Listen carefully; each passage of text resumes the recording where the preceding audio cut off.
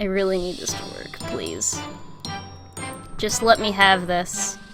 Let me have this. That's all I ask for. That is all I ask for. Please let me have this. Alright. Okay. I'm gonna wait for people to get in because that was a bunch of BS trying to get this whole thing set up.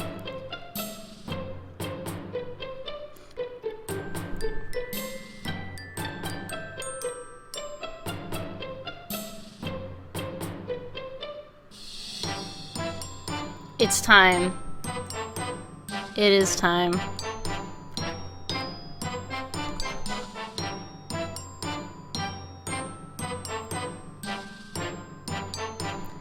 Alright. Okay.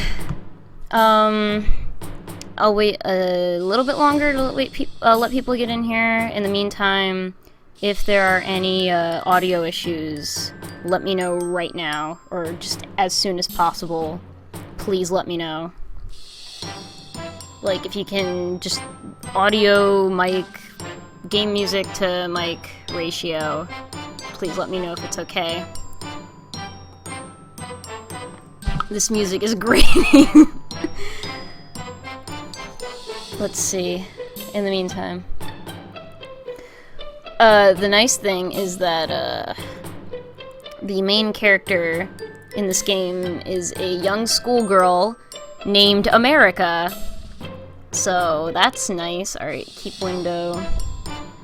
Alright, if there are any audio issues, please let me know if there's any that pop up. In the meantime, I don't want to delay any further. Let's get into this. I am cramming for this. I needed to get the stream up and running perfectly. Okay. Time for my acting voice. Time for my acting voice. Grand Old Academy, the most prestigious private boarding school in the United States, rich with history and tradition, the alma mater of hundreds of the world's most powerful men and women. Do I press spacebar? Okay. The type of school that no student could even dream of enrolling in unless they had incredible amounts of talent, connections, or money, preferably all three. The grandest, the oldest, Grand Old Academy. My new school. I'm in the I'm in the main character's voice. Okay, let's see. It's time to engage in my anime voice. That'll be 20. I can't read. That'll be 28/7. What? Your fare. You owe me $28. Oh, right. Sorry. The taxi driver's words snap me back to reality. I was standing in front of the main gate of Grand Old Academy, gazing for the first time upon what was going to be my new home. I looked through my pocketbook as the cab driver retrieved my 2 suitcases and set them down on the curb beside me. He slammed the trunk of the cab shut, the loud metallic thunk making me jump. I took an embarrassingly long time to count out $28 from the wad of unfamiliar currency in my hands. Finally, I had the proper amount, and I handed it to him with a relieved smile. The driver took the bills, looked them over, and stuffed them in his pocket. I picked up my suitcases and took a deep breath. This was it, the crucial moment, the start of... Ahem. I glanced over at the driver, who was still standing on the curb beside me, looking at me expectantly. My mind began to race. What did he need? Had I done something wrong? Was I forgetting... Oh, a tip! I need to tip you. Well, if you insist. I opened my pocketbook again and began scrambling through it.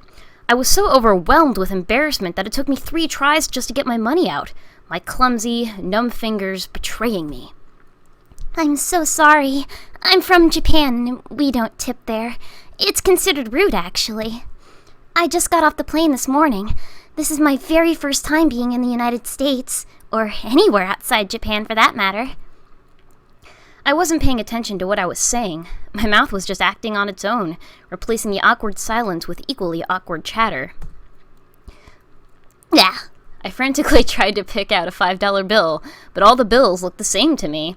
The scowling green faces of men I didn't recognize looked up at me, disapproving, judgmental. If you can't even figure this out, how are you going to survive at the academy? They seemed to silently ask me with their stern frowns. At last, I found a bill that had a 5 on it. I quickly handed it to the cab driver, glad to be free of the gaze of the angry, bearded men on it. I, too, feel judged whenever I look at my money. The driver seemed a bit taken aback. "Well, thank you very much, miss, and welcome to America." He quickly got back into his cab and drove off. I was suddenly struck with a pang of uncertainty. That was a 5? Was that a 5 that I just gave him, or was it a 50? I had the feeling that it was going to be a long semester. Insert freaking sitcom laugh here. Or sitcom opening, to be honest. Chapter 1, Welcome to the Party. I somehow gathered up enough courage to walk through the gate. I emerged into an immaculately manicured I almost said squad. Yes, immaculately manicured squad. Everybody has great hygiene. Immaculately manicured quad crisscrossed with busy sidewalks. I had seen pictures of the campus while I was applying, but I still felt a bit overwhelmed. It was so much bigger than I expected. Dozens of students walked by, some striding purposefully, some strolling casually and talking with friends, some dawdling and enjoying the pleasant weather. None of them seemed to take notice of me, which was just fine by me. I was holding one suitcase in each hand, clutching the handle so hard that my knuckles were turning white. I felt as if these bags, the only familiar objects in this strange place, were all that was tethering me to the earth. I was afraid that if I let go of them, I'd float away. Maybe across the ocean, back to Japan, or maybe off the face of the planet altogether. Oh gosh. Hey, over here! I was snapped out of my reverie by a cheerful, high-pitched voice. It begins. I think this is Megyn Kelly.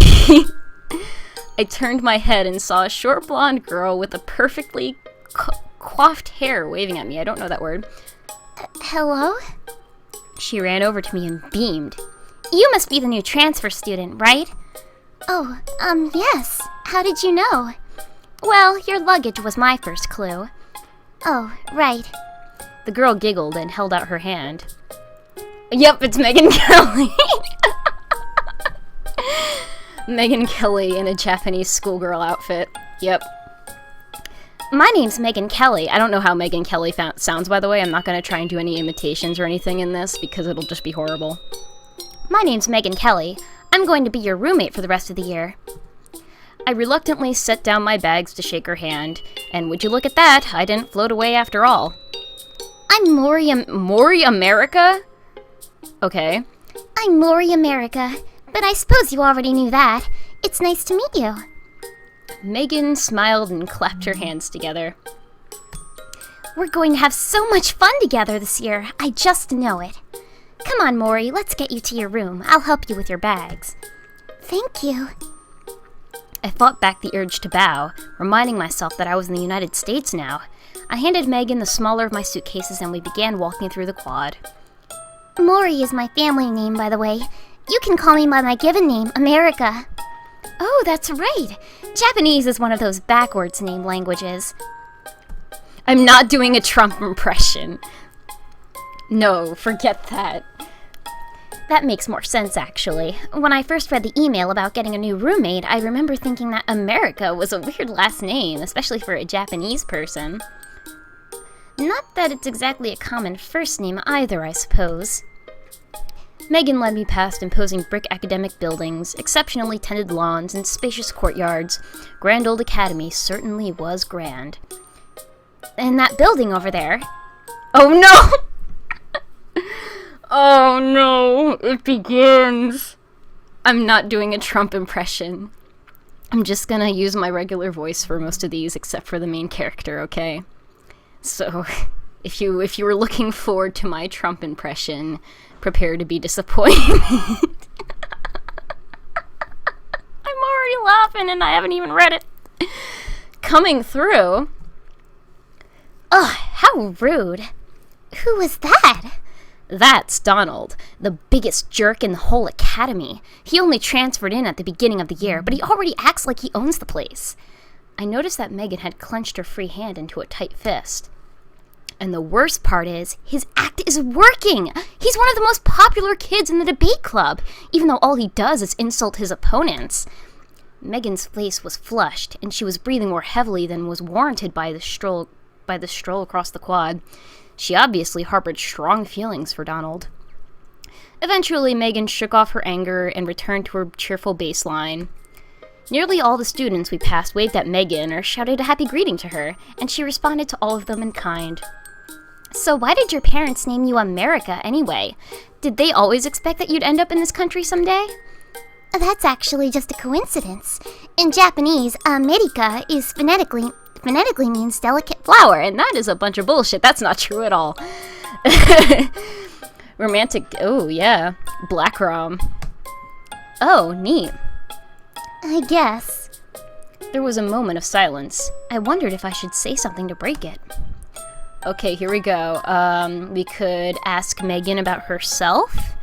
Tell Megan about ourselves. Or don't say anything. Let's ask her about herself. So, what are you doing here at the academy? Political science and law. I'm not sure what I want to do after I graduate, but it'll probably be in one of those fields. Most high schools in the United States don't offer classes in law. Just another reason why Grand Old Academy is so special. Plus the fact that it's a boarding school, and that it only has 3 grade levels. Is that not normal? All high schools in Japan have 3 grades. In the United States, regular high schools have 4. Huh, that seems so strange to me. What are schools like in Japan? No, what's everything like in Japan? I want you to tell me all about it. Weeb alert. Megan's face looked so eager. I didn't know how I could possibly tell her everything I knew about my home country, but her enthusiasm made me want to I was about to say her enthusiasm made me want to cry. Yes. I'll do my best. And of course, I'll answer any questions you have about the United States. Sounds like a good idea. Sounds like a good... Oh, I thought... I can't read. Sounds like a good deal. Megan continued her tour, her energy and enthusiasm showing no sign of waning. That's Keystone Dorm, and that's Independence Hall academic building behind it. Over there are Green Mountain Dorm and Granite Dorm. There sure are a lot of dorms. Yeah, there's 50 of them. What, one for every state? 50? Well, most of them are pretty small. Equality Dorm only houses about 20 students, for example. But the biggest ones, like Golden Dorm, have over 1,000. Wow! We'll be living in Sunshine Dorm, which is the 3rd largest and furthest south on campus. Well, Aloha Dorm is technically further south, Aloha Dorm, but it's not part of the contiguous 48 dorms, so it barely counts. This dorm system sounded like it would be hard to get the hang of.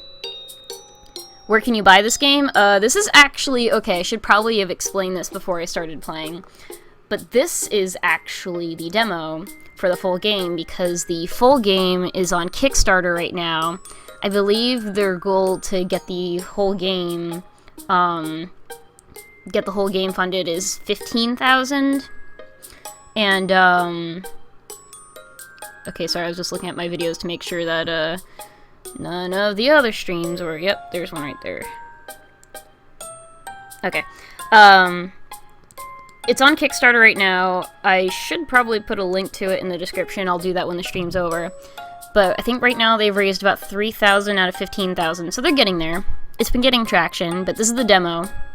It's free. It's on the Kickstarter page. So, yeah, I really hope this game gets funded, because I really want a full version. Okay. Speaking of Sunshine Dorm, here we are. Megan pointed at an imposing L-shaped brick building that was accented with white columns and a pink stucco. The nervousness that I felt earlier was beginning to return. What if I didn't like my room? What if I couldn't find my classes? What if... Oh, no. Marco! Jeb! Hi, guys!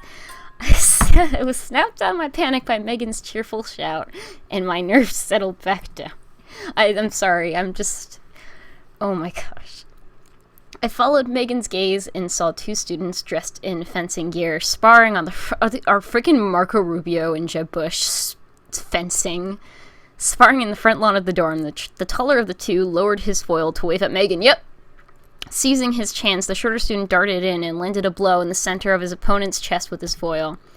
Hit! Oof, nice one! The shorter student removed his mask, grabbed a bottle of water off the grass, and took a swig. He was, well, in a word, he was gorgeous. He had beautiful brown eyes, delicate lips, and heart-stopping cheekbones. Somehow his hair was perfectly styled, even after being under his fencing mask. His brow was shining with sweat, and in the afternoon sunlight it looked almost as if he was sparkling. That was a dirty trick, Marco. No, he saw an opportunity and he took it. just like I taught him. As he said this, he took off his mask too. Like Marco, he had brown eyes, but instead of sultriness, the student's eyes exuded warmth. He wasn't exactly handsome, but his face had a sort of awkward charm to it. He reminded me of a puppy. He was sweating a bit more than Marco, but instead of making him sparkle, it just matted his hair to his forehead. You're the best mentor a guy could ask for, Jeb. And you're the best student. The high-fived. Sunshine Bros.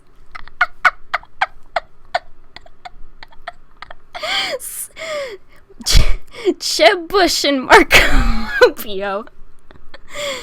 Confirmed Sunshine Bros. Oh my gosh. And just how long is that attitude gonna last once you two start debating against each other? Megan's comment was playful, and the boys chuckled. I ship them too. I think I follow the developers' Tumblr, and I think they mentioned that these two there might be a path in the full game where these two end up dating.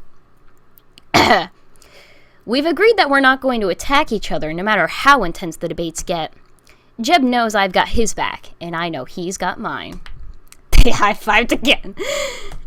And who's this lovely lady accompanying you, Megan? I felt blood rushing to my face as soon as I heard Marco called me lovely. And good lord, that smile. I tried to formulate a response, but I couldn't piece together any words. Is his mouth sparkling? Are you kidding me? Luckily, Megan came to my rescue. This is Mori America. She's my new roommate. Oh, of course. It's nice to meet you, Miss America. A pleasure. Should I give you a tour of... I've got it covered for now, Jeb. Let's not overwhelm America on her first day. I'm just imagining, like, whenever they say America, they're just referring to the entire country of the United States. Yeah, let's not overwhelm America. Even though we've been involved in this election that has basically been a one-way tour of Satan's asshole, so... Right. Well, I'm sure I'll talk to you soon, America. The two of them redonned their masks and picked up their foils and resumed fencing stances. Megan led me to the front door of the dorm. They seem nice. Jeb and Marco, right? Yep, those two are inseparable. They're both on the fencing team, both in the debate club, and they're the co-RAs of Sunshine Dorm. Marco's only a first year, but Jeb pulled some strings to get him the position. Megan held the door open for me, but I stopped dead in my tracks right before entering. Wait, they're the RAs of this dorm? Yeah, what's wrong? But they're boys! Okay, that was horrible. Nani? The boys' desk? That is not Sugoi at all. Yes? The dorm's co-ed? Yeah, all the dorms at the academy are. Is that a problem? Is there a Megan route? I don't know, actually. I do know that one of the stretch goals on the Kickstarter is a Carly Fiorina route. My head swam. Back in Japan, I never would have imagined living in a co-ed dorm. Relax, it's not that big of a deal. Each floor is still divided by gender. Girls on odd floors, boys on even floors. That made me feel a little bit better, but still, I never so much as held hands with a boy back home, and now I'd be living in the same building as them. I noticed that Megan was looking at me with concern, so I tried my best to play it cool. Okay, yeah, that's fine. Totally not a big deal. Not gonna stress about it. Trust me, America, you'll have a great time living here. She patted my shoulder with her free hand, looked deep into my eyes, and smiled. I felt encouraged, assuaged. Except is it assuaged or assuaged? I never knew that. I think another stretch goal is a Chris Christie route. I took my first step into the Sunshine Dorm. The coolness of the high-ceilinged hallways was a welcome relief from the surprisingly warm February afternoon outside. Megan led me up 2 flights of stairs and a bit further down another hallway. She stopped, then pointed at one of the doors. "This is it." Yes, the Japanese girl is named America. The plain wooden door was adorned with simple dry erase whiteboard with Megan Kelly and Mori America written on it in neat block letters. Assuage. Oh, okay. Megan pulled an eagle-shaped keychain out of her pocket, of course, because this is America, everything has to be an eagle, and unlocked the door. As an afterthought, she took one of the other keys off the ring and tossed it to me. "Here's your key. Don't lose it." I nodded and slipped the key into my pocket, making a mental note to get a keychain of my own soon. Also, Justin Hanks, are you one of the people working on this game? With the way you're, like, saying, like, we will add her, yada yada. Because if you're one of the people who's working on this game, bless you. And not in the sneezing way, like, legitimately, like, bless your soul. I followed Megan into her room. No, I corrected myself. Not her room. Our room. Oh my gosh. Well, there you go. Bless your soul. Bless your soul. And it probably is, because I did send a link to the stream, to the Tumblr of the developer Tumblr, hoping that maybe people would see it, because, I don't know. Basically, anything I can do to get this game out there would be great, because, like I said, I really want to see a full version of this. I followed Megan into, our room. The room itself was fairly ordinary and divided roughly in half by the furniture placement. It was immediately clear that the right-hand side of the room was Megan's, since it was the only half that looked lived in. That's a weird sentence. I was a little surprised to see how low-key Megan's side looked, going off of what I'd seen so far of her bubbly personality, combined with the expectations I had from American movies I'd seen. I expected to be greeted by an explosion of pink pillows, strings of Christmas lights, and glitter everywhere. Hang on, I need coffee. Instead, I saw a decor that was businesslike, bordering on austere. Her neatly made bedspread was a subtle, muted maroon. Her desk was organized without a single pen or piece of paper out of place. She did have a couple of stuffed animals on her bed, but they seemed somehow to be sitting with the posture of dignified businessmen there for a meeting rather than floppy friends. And instead of posters for bands and movies on her walls, there were only a few tastefully framed pictures of landscapes. The single exception was a pin-up-style photo taped to the front of one of the wardrobes depicting a hunky boy lifting weights. I looked at Megan questioningly, and she blushed. "Oh, that's...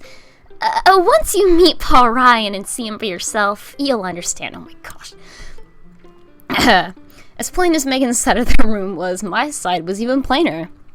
A little depressing, actually, with those empty walls and that bare desk. Megan seemed to be on the same page. "Don't worry, we'll liven up your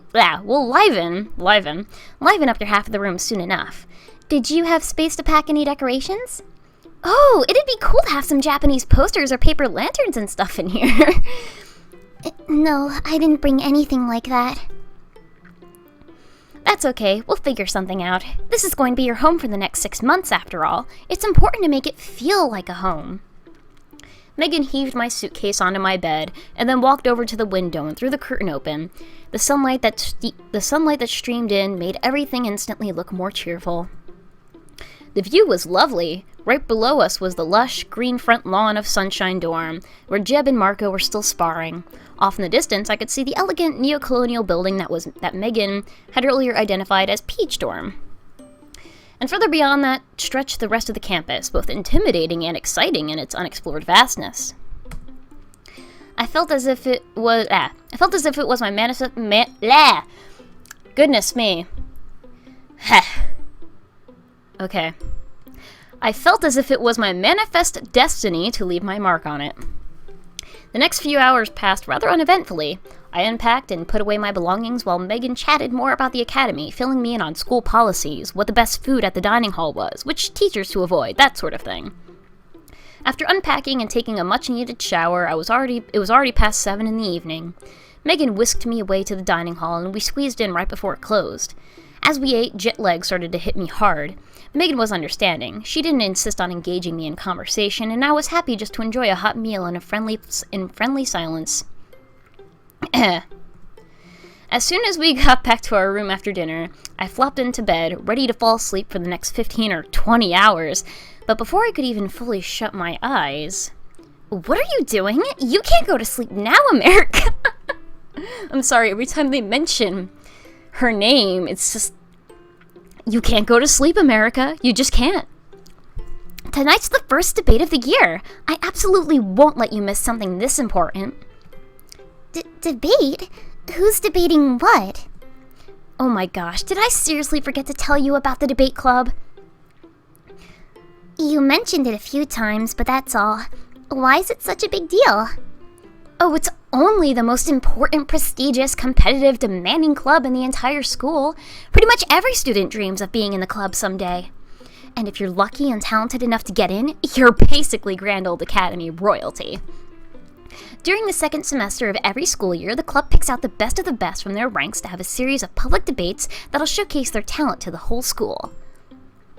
And then the students vote to single out the best debater in the entire school. Winning the debate tournament is the highest honor you can achieve at Grand Old Academy. Well, second highest. See, each year's winner goes on to compete in inter-school debates. If you win those too and defeat the champion from our rival school, Dem High, well, you go down in history. That's nice. I was starting to doze off despite Megan's impassioned soliloquy. When she noticed, she grabbed me by the shoulders and shook me awake. Seeing the frenzied, manic enthusiasm in her eyes was enough to banish my drowsiness. For the time being, at least. Zodiac route. Okay, I'll come with you to watch the debate. You won't regret it, America, I promise. I actually was starting to get excited despite myself. From the impression of her so far, it seemed to me that Megan was prone to exaggeration and overenthusiasm. But something about her tone of voice told me that this time, the hype was warranted. This is high school, not college. So this is like a high school dorms, I forget what those are called, I don't know. A boarding school or something like that. I somehow mustered up the mental and emotional strength needed to roll out of my comfortable bed, and I followed Megan out of the dorm. I was starting to get the impression that getting dragged around campus by Megan would be a recurring theme in my life over the next few months. As we walked across campus, we were joined by more and more students, all heading toward the same location. I felt like several of them were staring at me, but maybe it was only in my mind. The swarm of foot traffic honed in on a dorm building near the center of campus. Here we are, Hawkeye Dorm. Wow, it's pretty big. How many students live here? Not all that many, actually. About half the space in this building is devoted to an auditorium built specifically for this first debate. Wait, really? Megan nodded and kept heading forward. The debate club really must be a huge deal if the architecture of the academy was designed to accommodate it. We filed into the auditorium with the rest of the crowd. The room was enormous, with rows upon rows of seats. The stage was empty except for some unoccupied podiums placed evenly across it. By the time we arrived, the Hawkeye Auditorium was already packed with students. Row after row of them, like a field of corn. The mood was excited, anticipatory, almost giddy. It felt more like we were waiting for a sporting event than a debate. I was expecting Megan to return to her usual chatty self, as this seemed to be the kind of atmosphere in which she thrived, a social butterfly in the field of talkative flowers, each one ready to be pollinated with gossip. But instead, Megan was silent, leaning forward with her chin in her hands and her elbows on her knees, focused completely on the empty stage. I quickly counted the podiums that had been set up for the debaters. 17? How could that be right? How would a debate between 17 people even work? The girl sitting to my right nudged me. Do you have your voting slip? Huh? I grabbed some extras. Here, take one. She presented me with a sheet of paper filled with names, each with a checkbox next to it. Glancing it over, I recognized the names of Jeb, Marco, and Donald, but the rest were foreign to me. Oh, wow, look at all these people. And what kind of name is Rand? Are Carly and Lindsay the only girls? Megan made a non-committal sound in response. At the top of the paper, there were instructions in a large, bold font. Vote for no more than 9 winners. 9 winners? I thought the point was to pick one champion. Oh, that doesn't happen until the final debate in July. These are the primary debates. July? But that's months away! I know, isn't it great? Megan's eyes were gleaming with the same frenzied spark again, and there was a broad smile plastered on her face. The drama, the excitement, the tension for 6 months straight. I look forward to it every year. And this year, I was lucky enough to be chosen to moderate some of the debates. Well, not just lucky. I worked my butt off to earn the position. I'm so excited. This is going to be incredible. I'm sure you'll get into the spirit, too, once you see them in action tonight, America. I forced a smile and nodded as Megan's gaze snapped back to the stage once more, but internally I had some reservations. Was Megan going to keep up the same level of obsession with the debates for the entire upcoming 6 months? It seemed like it would get exhausting quickly. But I told myself to keep an open mind. Who knew? Maybe I really would get sucked into the hype myself. The only way to find out would be to watch tonight's show. Soon the lights in the auditorium began to dim. Students quickly found seats and hushed each other, all of them focused on the stage. After a few moments of anticipation, a student walked out onto the stage and greeted the audience. That's Chris Wallace. He got chosen to host this initial debate. Lucky SOB, sobs, blah. I couldn't tell whether Megan had meant that comment as a joke or not. Good evening, ladies and gentlemen, and welcome to the first Grand Old Academy debate of the 2016 primaries. The crowd went wild, applauding and cheering. After allowing the hubbub to ebb, the announcer continued, also, yes, that is Megan Kelly. I will be your moderator this evening as we get to know the 17 students who represent the cream of the debate club's crop. By the end of tonight, we will determine which 9 will move on to the next debate held in historic Granite Dorm in exactly 1 month. And now, without further ado, please put your hands together to welcome tonight's debaters. One by one, students walked onto the stage and took their place at the podiums as their names were called in alphabetical order. Each one was greeted with hearty applause and cheers as soon as they entered. From Sunshine Dorm, Jeb Bush. I recognized the tall third-year with the endearing grin from earlier today. He stumbled as he nearly tripped over a cable on his way to the podium, but caught himself in time to avoid the catastrophe. From Old Line Dorm, Ben Carson. A student with warm eyes and a calm aura entered and took the podium next to Jeb's. From Garden Dorm, Chris Christie. A rotund student beamed and waved at the crowd with both hands as he took his spot. From Lone Star Dorm, Ted Cruz. He was smiling as he walked onto the stage, but the smile looked desperate, plaintive, anguished. From Golden Dorm, Carly Fiorina. The stretched-out smile that slashed across the student's face seemed to be causing her physical pain rather than the emotional pain of Ted's smile. From Old Dominion Dorm, Jim Gilmore. I had absolutely nothing to say about Jim Gilmore, and I couldn't imagine what anyone else would either. I couldn't imagine that anyone else would either. From Palmetto Dorm, Lindsey Graham.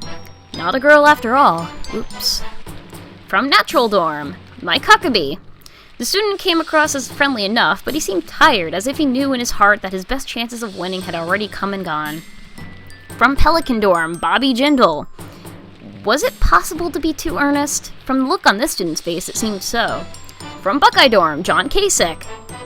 It was almost astounding how little of an impression this student made on me. From Empire Dorm, George Pataki. Somehow this debater made even less of an impression on me than the former one. From Bluegrass Dorm, Rand Paul. A short boy twisted his thin lips into what almost passed for a smile as he came onto the stage, but despite his lack of natural grace, I sensed passion in his eyes. From Lone Star Dorm, Rick Perry. A sharp contrast to Rand, this student immediately struck me as a natural people-pleaser. He waved and ate up the crowd's enthusiasm as he took his place. From Sunshine Dorm, Marco Rubio. As Marco came onto the stage, the applause was punctuated with whistles of approval, shrill squeals, and a few cries of, "We love you, Marco!" From Keystone Dorm. Oh, that's Keystone, my state. That's not a good thing.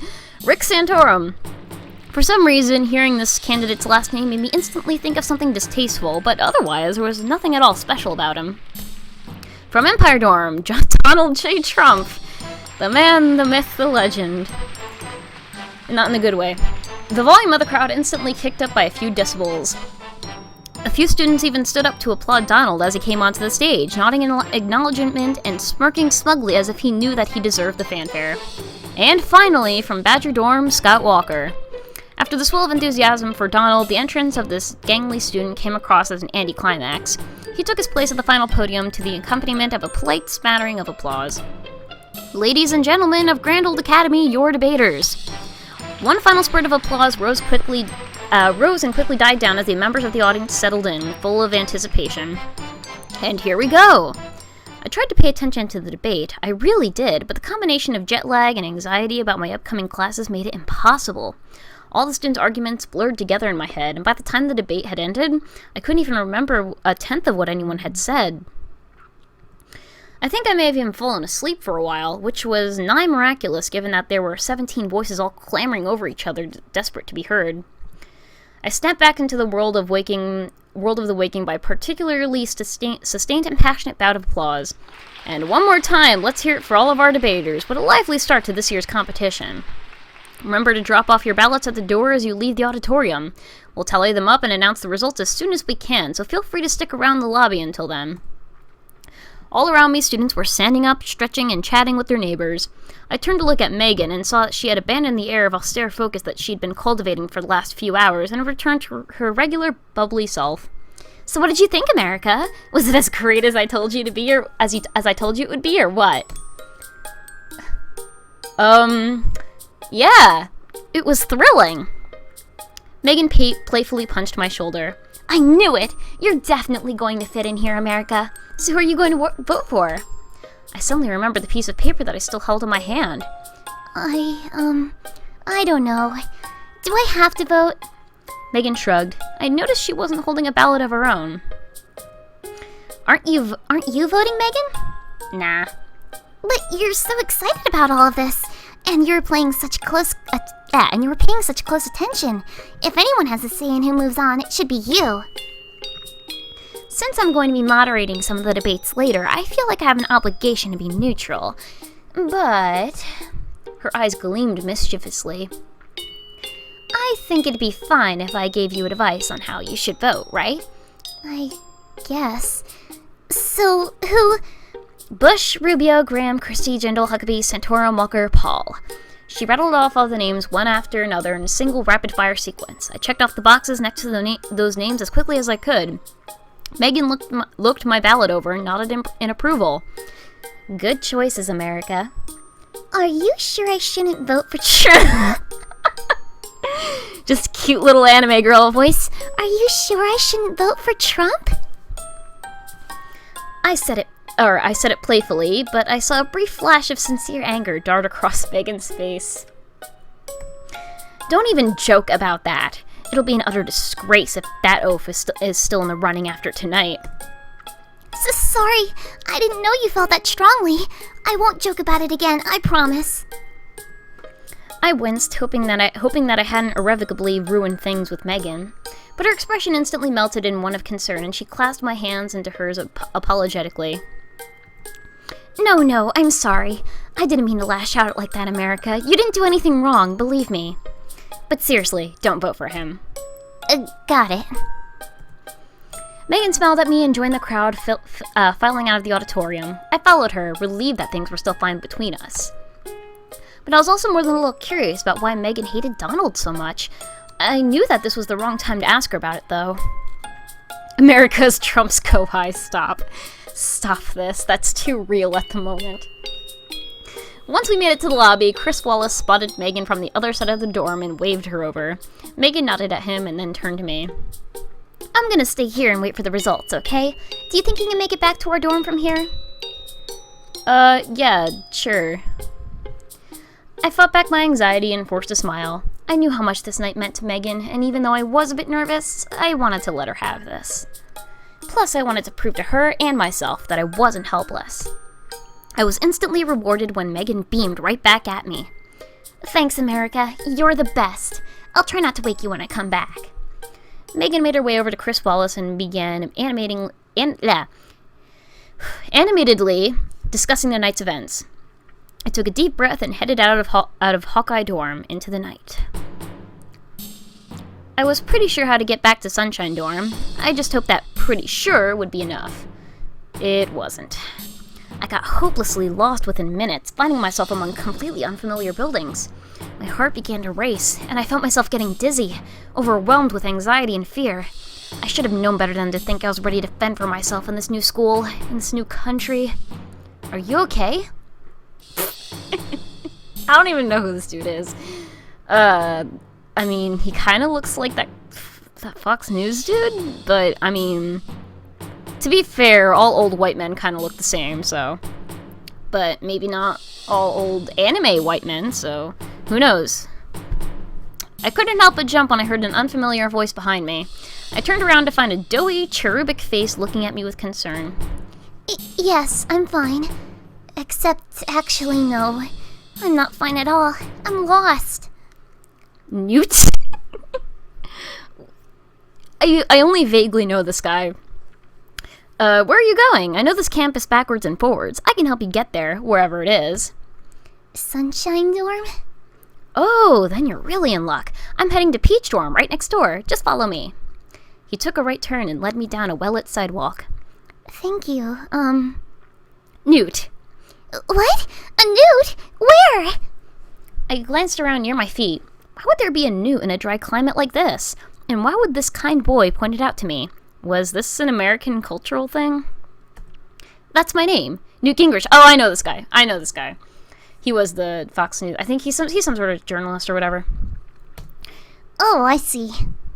What a bizarre name. You're probably thinking that that's a bizarre name, right? No, of course not. That would be incredibly rude. Don't worry, it's fine. It's a weird name, I know. Newt turned back to me and shrugged awkwardly. I couldn't help but giggle. I'm Mori America. I'm a transfer student. I just got here today. You can call me America. It's not a name as unique as Newt, but it's up there. Well, it's a pleasure to meet you, America. We walked in silence for a while. Eventually, I started to see buildings that I recognized. I let out a quiet sigh of relief. If everyone at Grand Old Academy was as kind as Newt, I definitely enjoy my time here. Were you at the debate tonight? Yes, actually. It seems like most of the school was. You're not wrong. All of us here are kind of obsessed with the debate club. I actually was up on that stage myself last year, but he trailed off and stopped walking for a moment. I just wasn't good enough, and that's that. No point in being bitter. Did you try to get on the stage again this year? Wait, sorry, that's kind of a personal question. You don't have to answer it. It's fine. And no, you didn't. I'm a third year now. Or no, I didn't. I'm a third year now, which means I'm graduating at the end of the year. Debates are a young student's game. That's what I tell myself, at least. I'm happy just cheering on the others from the sidelines, really. I mean, if someone were to ask me to coach them about it, I wouldn't refuse, but I'm not going to go seeking it out. Here we are, Sunshine Dorm. I'd been so engaged in the conversation that I hadn't even noticed we arrived. Oh, perfect! Thank you, Newt. I reflexively bowed toward him, then instantly felt like an idiot. But to my relief, Newt didn't laugh at me or even look at me strangely. He just nodded back at me, turned around, and headed toward the Peach Dorm. I made my way to my dorm and somehow managed to get the key into the lock before I fell asleep right there in the hallway. Now that the adrenaline from getting lost was wearing off, I was ready to crash, hard. Good night, Grand Old Academy. I stumbled through the door, kicked off my shoes, and flopped onto the bed. I was asleep within seconds.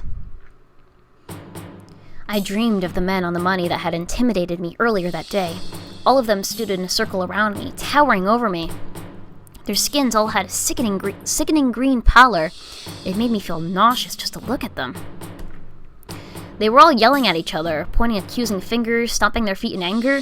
I cowered under them and covered my head as they got more and more angry, their voices raising, their hands curling into fists. Just before they came to blows, I woke with a gasp. Bright sunlight streamed through the gap in the middle of the curtains. I groggily stretched and groaned. I grabbed my phone off the bedside table, afraid to check the time on it. 1? I had already wasted nearly half the day with sleep. I was furious with myself. To be fair, I'd flown halfway around the globe just yesterday. If anyone else was in my situation, I certainly wouldn't begrudge them an excessive amount of sleep. But I tend to hold myself to unreasonably high standards, for better or for worse, I feel. I noticed that Megan wasn't in the room with me. I figured she must have come back late last night, gotten a normal night's worth of sleep, and then gone out again. When I got out of the bed, I noticed a note on plain white paper sitting in the middle of my desk, which confirmed these suspicions. It was written in the same neat block script that was on the whiteboard on our door. America, gone to the library to study. If you need anything, call my cell. Hope you slept well, Megan. Below there was a telephone number and a small smiley face, and lying under the note was a folded up map of the campus. As I entered her number in my phone, I silently wondered what I'd done in a past life to deserve a roommate as considerate as Megan. By the time I'd taken a shower and made myself halfway presentable, it was nearly 2. If I wanted to have lunch, I'd have to get to the dining hall fast. I had a much easier time navigating the campus in the light of day, and I was able to retrace the route that Megan had shown me last night at dinner without a hitch. I grabbed a tray, filled it, and headed towards the tables. As I expected and hoped, there weren't many people eating this late in the afternoon. There was only one person, in fact. Here he is. He was sitting at a table alone, near the center of the dining hall. His nose was buried in a thick biology textbook that sat on the table in front of him. A nearby empty plate suggested that he had been here reading for a while. Wait a minute. Was he one of the guys from the debate last night? He was! What was his name? Ted? John? No, that's right. He was Ben Carson. He was so engrossed in studying that he hadn't even noticed me. I figured I should probably let him read in peace. I think he's sleeping. Then again, if I really wanted to fit in at Grand Old Academy, maybe I should push myself a bit to be more outgoing. And what would be a better test for myself than talking to a debate club member? Let's ask Ben if we can sit with him. I'd do it. I'd take a big risk, with the possible reward of gaining a new friend. I took a deep breath to calm my nerves and walked over to Ben's table. Excuse me, may I? What? Who? He was sleeping. Ben, you're right. He was sleeping. Ben bolted upright the moment I spoke, blinking rapidly and looking around in shock. Had he been napping? I'm so sorry. I didn't mean to disturb you. Oh, goodness, no. Don't worry. It's all right. I was just a little startled, that's all. He smiled at me, looking a little bashful. I briefly considered backing out of the plan, but decided to go through with it despite this snag. I was going to ask if it was all right if I sat with you to eat. Oh, if that's what you want, I suppose it would... I mean, if you don't want me to, I can go somewhere else and... No, I want you to. If you want to, that is. Or not, either's fine. It seemed like Ben was just about as nervous and awkward as I was. It was strangely reassuring to think that a member of the fabled debate club might be shy too. I decided that the only way to cut the indecisiveness short was to just sit down at the table. So that's what I did. My name's America, and Ben is yours. Your name, I mean, is Ben. Stupid. Come on, brain, get it together. I'm Ben, yes. Ben had a soft voice and said every word slowly and deliberately. He would even occasionally shut his eyes while talking, as if constructing his sentences required great concentration. We both fell silent for several seconds. I poked some steamed vegetables around in my plate with my fork. I'm sorry, I'm not great at making conversation. That's all right. Neither am I. Obviously. Maybe we could have a conversation about how bad we are at conversations. I laughed, but I noticed Ben wasn't joining in. Had he not meant that as a joke? Why are you in the debate club? Then, if you're bad at conversation, I mean. It's a little strange, but I find that I feel much more comfortable speaking to a crowd than I do speaking to someone one-on-one. Do you know what I mean? Well, well, personally, I have trouble talking to crowds too, but I think I can understand how it'd be easier for someone. Yes. Another long pause. This time a pile of mashed potatoes was the target for my restless fork poking. Ben's gaze stayed fixed to the table in front of him. I think I have good ideas and that people would be interested in them. That's why I like to debate, I mean. When I can take my time and really compose my thoughts, I think I have worthwhile things to say. Ben finally looked up and made eye contact with me. His eyes were warm and gentle. They made me feel cozy. That's good. Yes. After one final awkward pause, Ben stood and gathered up his textbook and lunch tray.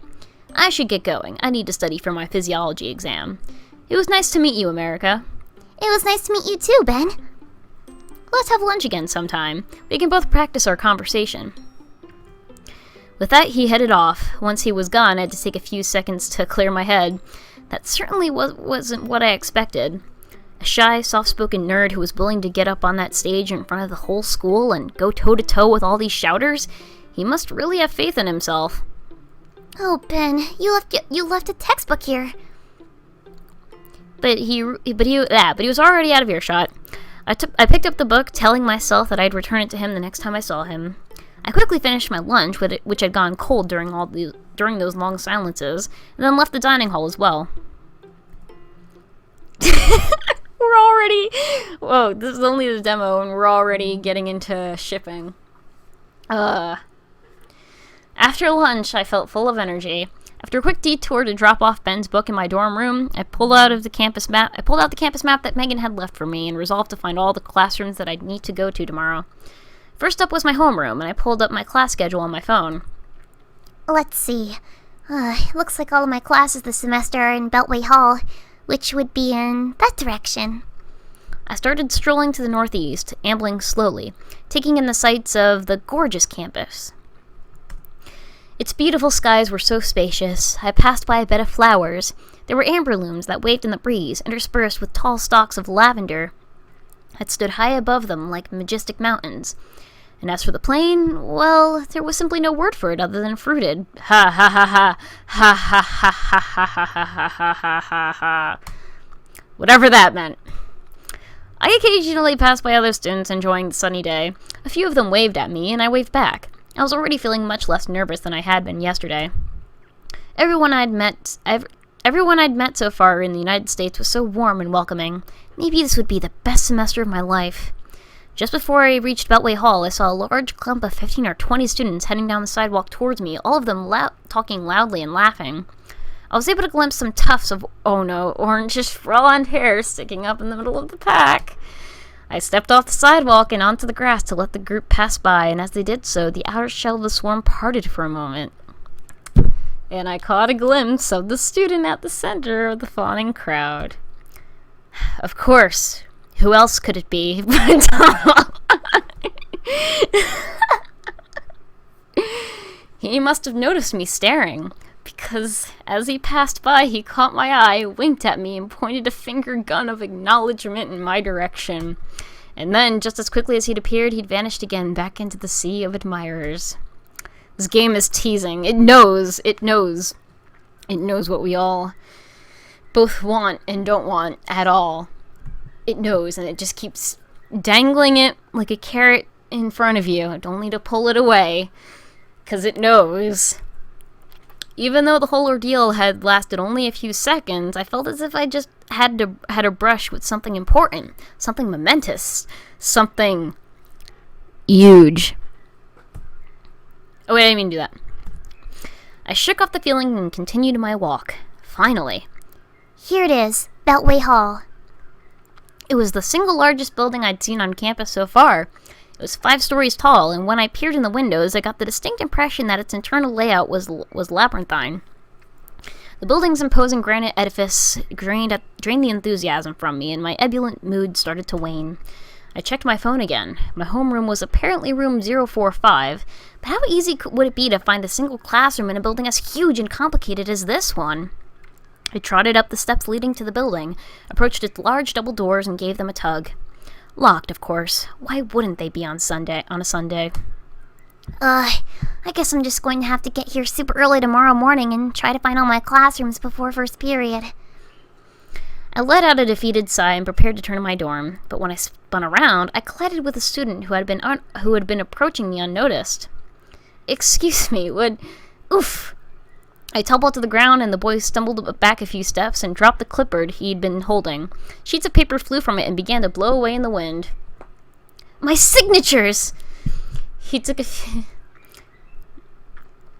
few steps to run after the papers and then paused, turned back to me, and extended his hand to help me up. "You alright?" "Yeah, I'm okay. Don't worry." I took his hand and he pulled me to my feet. Once I was standing, I was a good 2 or 3 inches taller than him, and my eyes level with his messy clump of curly hair. As soon as he saw that I wasn't hurt, he picked up his clipboard and began chasing the loose sheets of paper blowing down the sidewalk without another word to me. Let's help him." "Here, let me give you a hand with those." The boy didn't acknowledge what I had said, focused entirely on his task. While he frantically grabbed at the sheets that were making a break for freedom in the wind, I stooped down and collected some of the less feisty pieces of paper that were lying at my feet. When I looked them over, I saw that they were filled front and back with the line of names and email addresses. However, more than a few names struck me as odd. For example, I highly doubted that Farts McButt was a real person, and even if he had been, it was skeptical that his email address was actually suckitrand@bitchass.biz. Once I'd gathered all the pages from around my feet, that's my email address, I looked up at the mystery student that had nearly finished his half the task as well. Only one piece of paper was still eluding him. It had found a perch in the branches of a tree, and it fluttered at him tantalizingly. He jumped at it, arm outstretched, but it was just barely out of his reach. I raced over to him to help. On the way, I passed by a small gaggle of students walking by who pointed and snickered at him, and to be fair, it was kind of funny. But I felt like their laughter was maybe a little more mean-spirited than was warranted. "I've got it." The boy glanced at me, then stepped aside. I handed him the other sheets I had already picked up, and then positioned myself under the page stuck in the tree, summoned all my strength, and leapt into the air. At the apex of my jump, my fingertips were just high enough to brush the sheet of paper. Luckily, his gentle jostle was enough to dislodge the paper and send it fluttering into the grass below. Before it could land, the student snatched it from the air and added it back to his clipboard with the rest. "Thank you." "You're welcome." He didn't raise his eyes to meet mine, even when he was thanking me. He seemed to be even more embarrassed by this ordeal than I was. I contemplated just walking away then and there to spare us more tense silence, but I decided to press on the spirit of boldness that I'd been feeling so far today. "What are you collecting these signatures for?" "What?" As he said this, he finally looked me in the eye. I had to fight back an involuntary gasp. His eyes were maybe the most beautiful that I'd ever seen. Oh, this freaking music. Glacial blue-gray, piercing, and somewhat watery, as if he'd either just finished or was about to start crying. I felt as if I was gazing into a scrying pool, and that if I only peered long enough, I would see my future emerge from his pupils. I stood there wordlessly, transfixed, until he broke the spell by blinking. I quickly came back to my senses and regained my words. "The signatures on these pages. Is this a petition for something?" "Oh, yes, actually, it is a petition." Blah blah blah. Any coffee? Good old pumpkin spice. Okay, test the eyes. This is what reading for a long time does to you. We stood there uncomfortably for a few moments. I got the impression that he was feeling tense around me, as if he wasn't sure whether I would laugh at him the same way that the students who passed by earlier had. "You're Rand Paul, right?" "How did you know that?" He barked a question at me almost accusingly. "I was at the debate last night." "Oh, right." He looked like he was about to say something else, but then he stopped himself. "I think you're great." Anime Republicans. He blushed and tried to hide a small smile. "Thank you. I wasn't lying exactly. I was asleep for most of the debate, true, but I didn't remember Rand making a complete fool of himself. Which was more than I could say for some of the others. Is your petition related to the debates? Sort of. It's about privacy. It's an issue that I care a lot about, and I'd love to talk about it during a debate, but most of the other debate club members just aren't as interested in the topic. See, the Academy installed cameras on the outsides of the lots of the academic buildings and residence halls a few years ago, and they can monitor any information sent from the Academy email account without even asking for permission.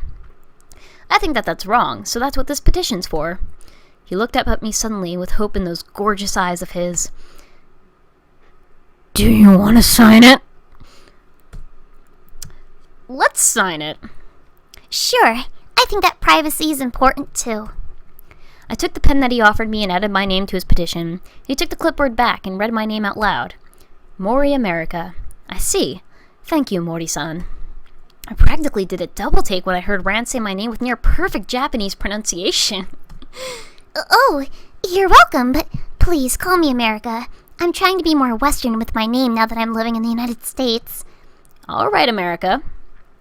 He pronounced the D in America with a slight Japanese lit to it. It was sort of charming in an odd way, aka Rand Paul is a weeaboo. Are you the new transfer student, the diplomat's daughter?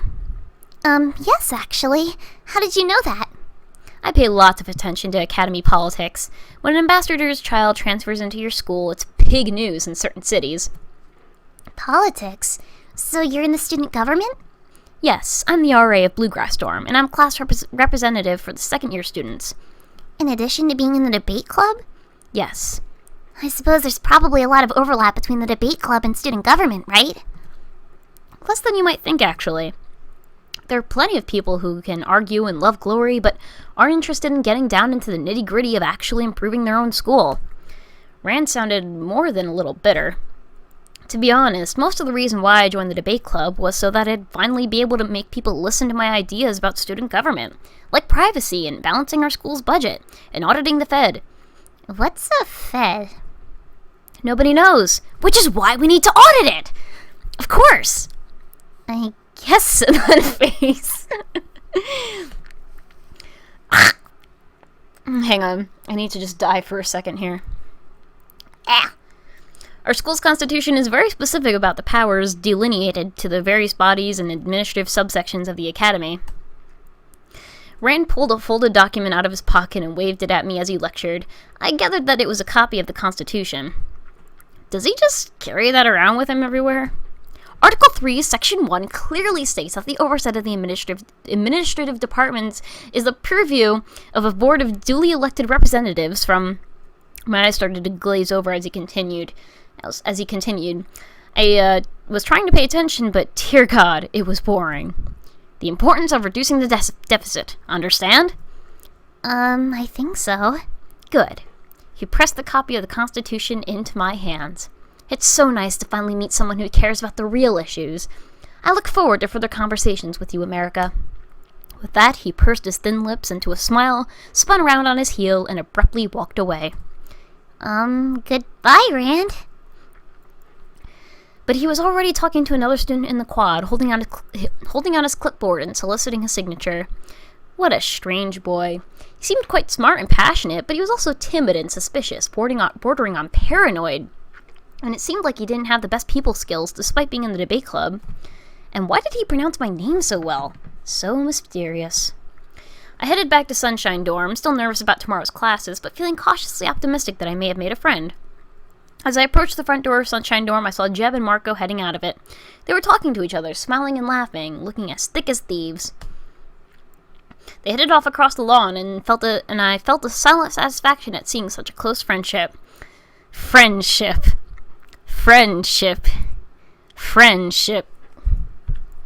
Right before I reached the dorm's door, Jeb happened to glance back and see me. America, hi! Marco turned around too and waved at me. I waved back at them. Hello. Go on ahead, Marco. I'll meet up with you at the gym. Got it, buddy. See you there. They chest bumped. They They chest bumped, and Marco headed off. Jeb walked over at me with his long-legged, slightly gangly gait. So how are you adjusting to the Academy, America? Well, I've been here for less than a day, so I'm not sure if I can really say yet, you know? Jeb's face melted into an expression of concern. Can I do anything to help? As your RA, I want Sunshine Dorm to be a welcoming place for you. And as a fellow student and a friend, I want you to be happy here at the Academy. Oh, don't worry. I do feel welcome, really. Everything's going great so far. I'm glad to hear that, America. Here, I have something for you. Jeb reached into his pocket, dug around for a few seconds, and pulled out a handful of small green and silver objects, each about the size of a marble. He plucked one out from the pile and returned the rest to his pocket. I want you to have this. He handed the object to me. I felt it on my palm and examined it. It was a tiny figurine of... A turtle? The freaking turtle. A sea turtle. It's a metaphor. A reminder that slow and steady wins the race. You carry around a pocket full of turtles? I got a pocket full of turtles. Okay. Yes. He said it as if this was the most natural thing in the world. Me too, Jeb. Me too. Slow and steady progress. That's He waved his hands in a gesture of equivocation, as if he couldn't quite enunciate how much this meant to him. They're mighty turtles, and they need to be protected because of their beauty. They hatch on the beaches, and they have to be sheltered from the whalybirds and other predators. It's a point. It's a symbol of something, and the dorm residents love it. Well, thank you, Jeb. I'll treasure this. A wide grin broke across Jeb's face. He looked as if I'd just made his day. So far, Jeb is my favorite of all the anime Republicans. You do that, America. And if you ever need more advice from your RA, just let me know, okay? I will. Poor sweet, innocent Jeb. Jeb gave me a thumbs up and then turned around and loped up after Marco. I smiled to myself as I entered Sunshine Dorm and headed up to my room. I unlocked the door, reminding myself again to get a keychain for my room key, and went inside. I discovered that Megan was already there, lying on her stomach in bed with her laptop in front of her, kicking her feet in the air. Excuse me. Hiya! What have you been up to lately? Or today, whatever. Same thing. I looked around campus for a while, had lunch, tried to find my homeroom, that sort of thing. Did you meet anyone interesting? Yes, actually. I met into someone. Okay, that makes sense. I met someone named Newt Gingrich last night, and we talked for a bit. At lunch, I sat with Ben Carson. He seems really nice, even if he's a bit shy. And when I went into Beltway Hall, I ran into Rand Paul. Literally. And then just now, I saw Jeb and Marco again. Jeb even gave me a little pep talk, and he seems like a really caring RA.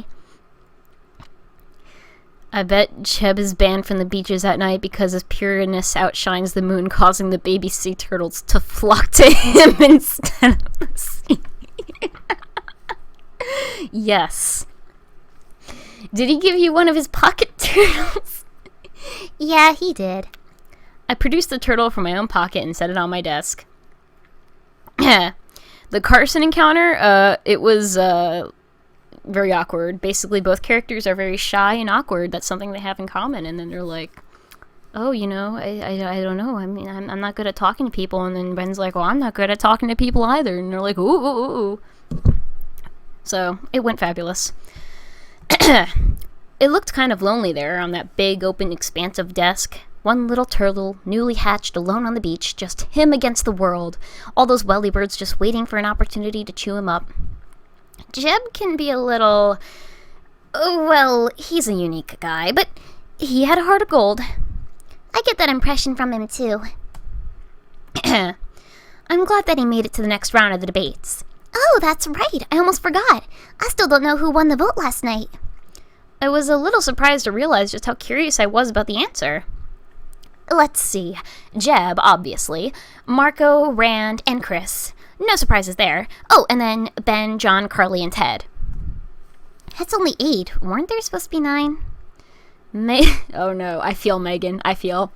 Megan glanced away and grumbled something under her breath. I couldn't make it out, but I was pretty sure that most of the words were 4 letters long. Gotcha. I'm sorry. No, it's fine. He'll be booted during the next round, I'm sure. He can fool people for a while, and then all he has to do is shout over everyone else and say 1 or 2 sentences at a time. But when he's in a smaller crowd, he has to flesh out his positions. You know, actually debate for once. People will see him for the fraud he is.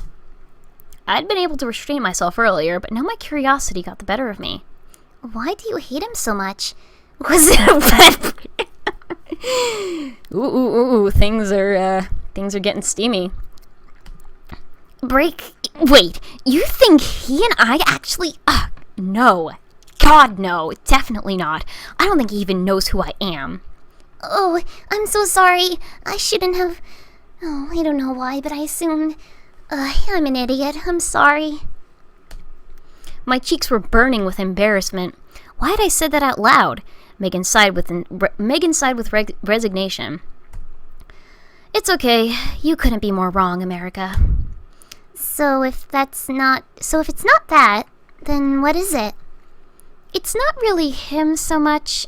It's more what he represents. Look, the debate club is really special to me. It's supposed to be about ideas and intelligence and cleverness, but Donald's making this year into a popularity contest. Oh man, it's getting real. Megan lifted her head and looked at me intensely. I'm a third year, America. I graduate from the academy in June. This is my last chance to experience the debates as a student. I was so happy when I learned that I was going to be a moderator.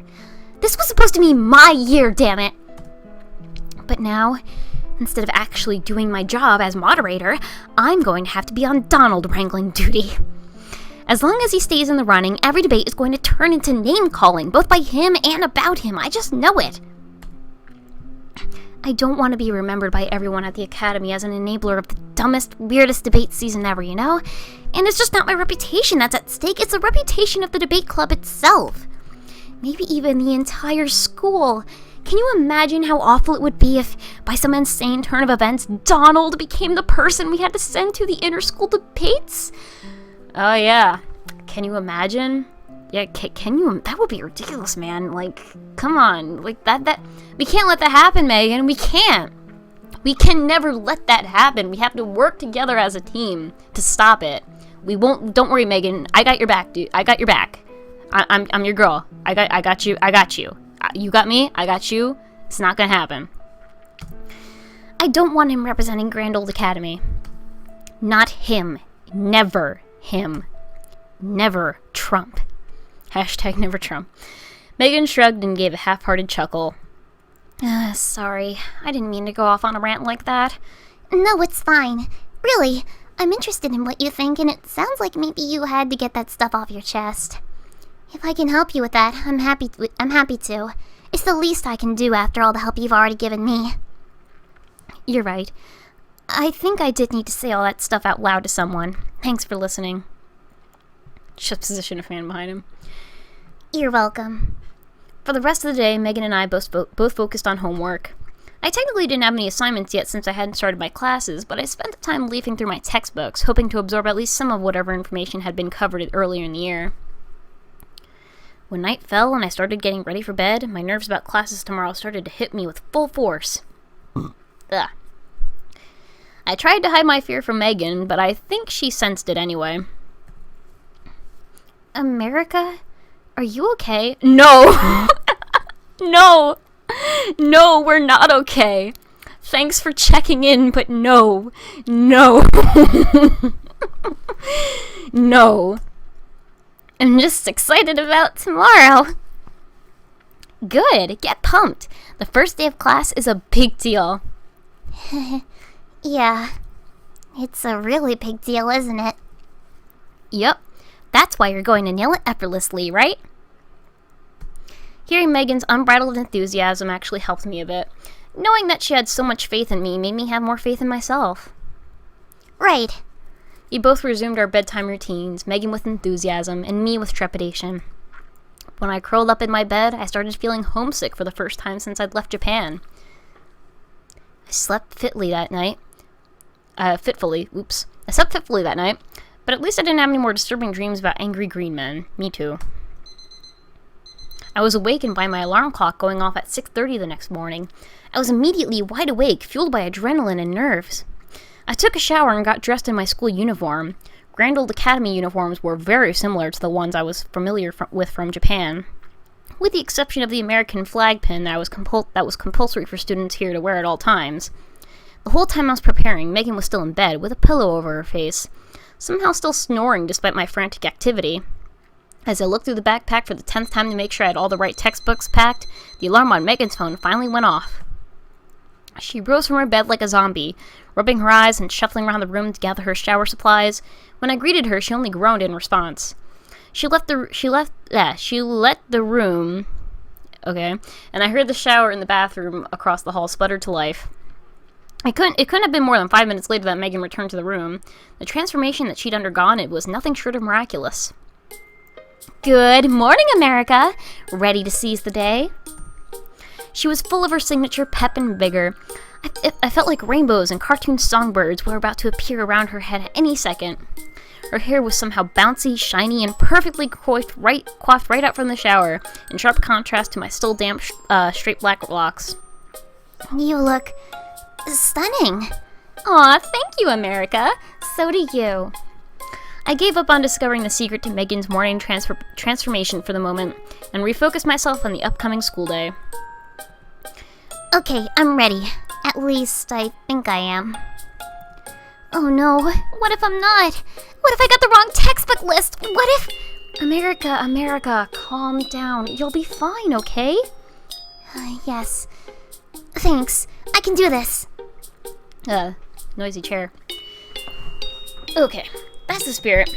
You'd better get going soon if you want to eat breakfast before the class, right? My heart skipped a beat. Breakfast! I'd completely forgotten to schedule in time for breakfast when I planned out my morning routine last night. I briefly considered skipping breakfast and heading straight for class, but I immediately dismissed this thought. I knew my body well enough to be certain that trying to go through the morning on an empty stomach was a terrible idea. The last thing I needed was to interrupt class with a loud stomach growl. America, are you okay? I said it once and I'll say it again. No! I suddenly became aware that I'd been standing still in frozen shock for the last 30 seconds while panicking.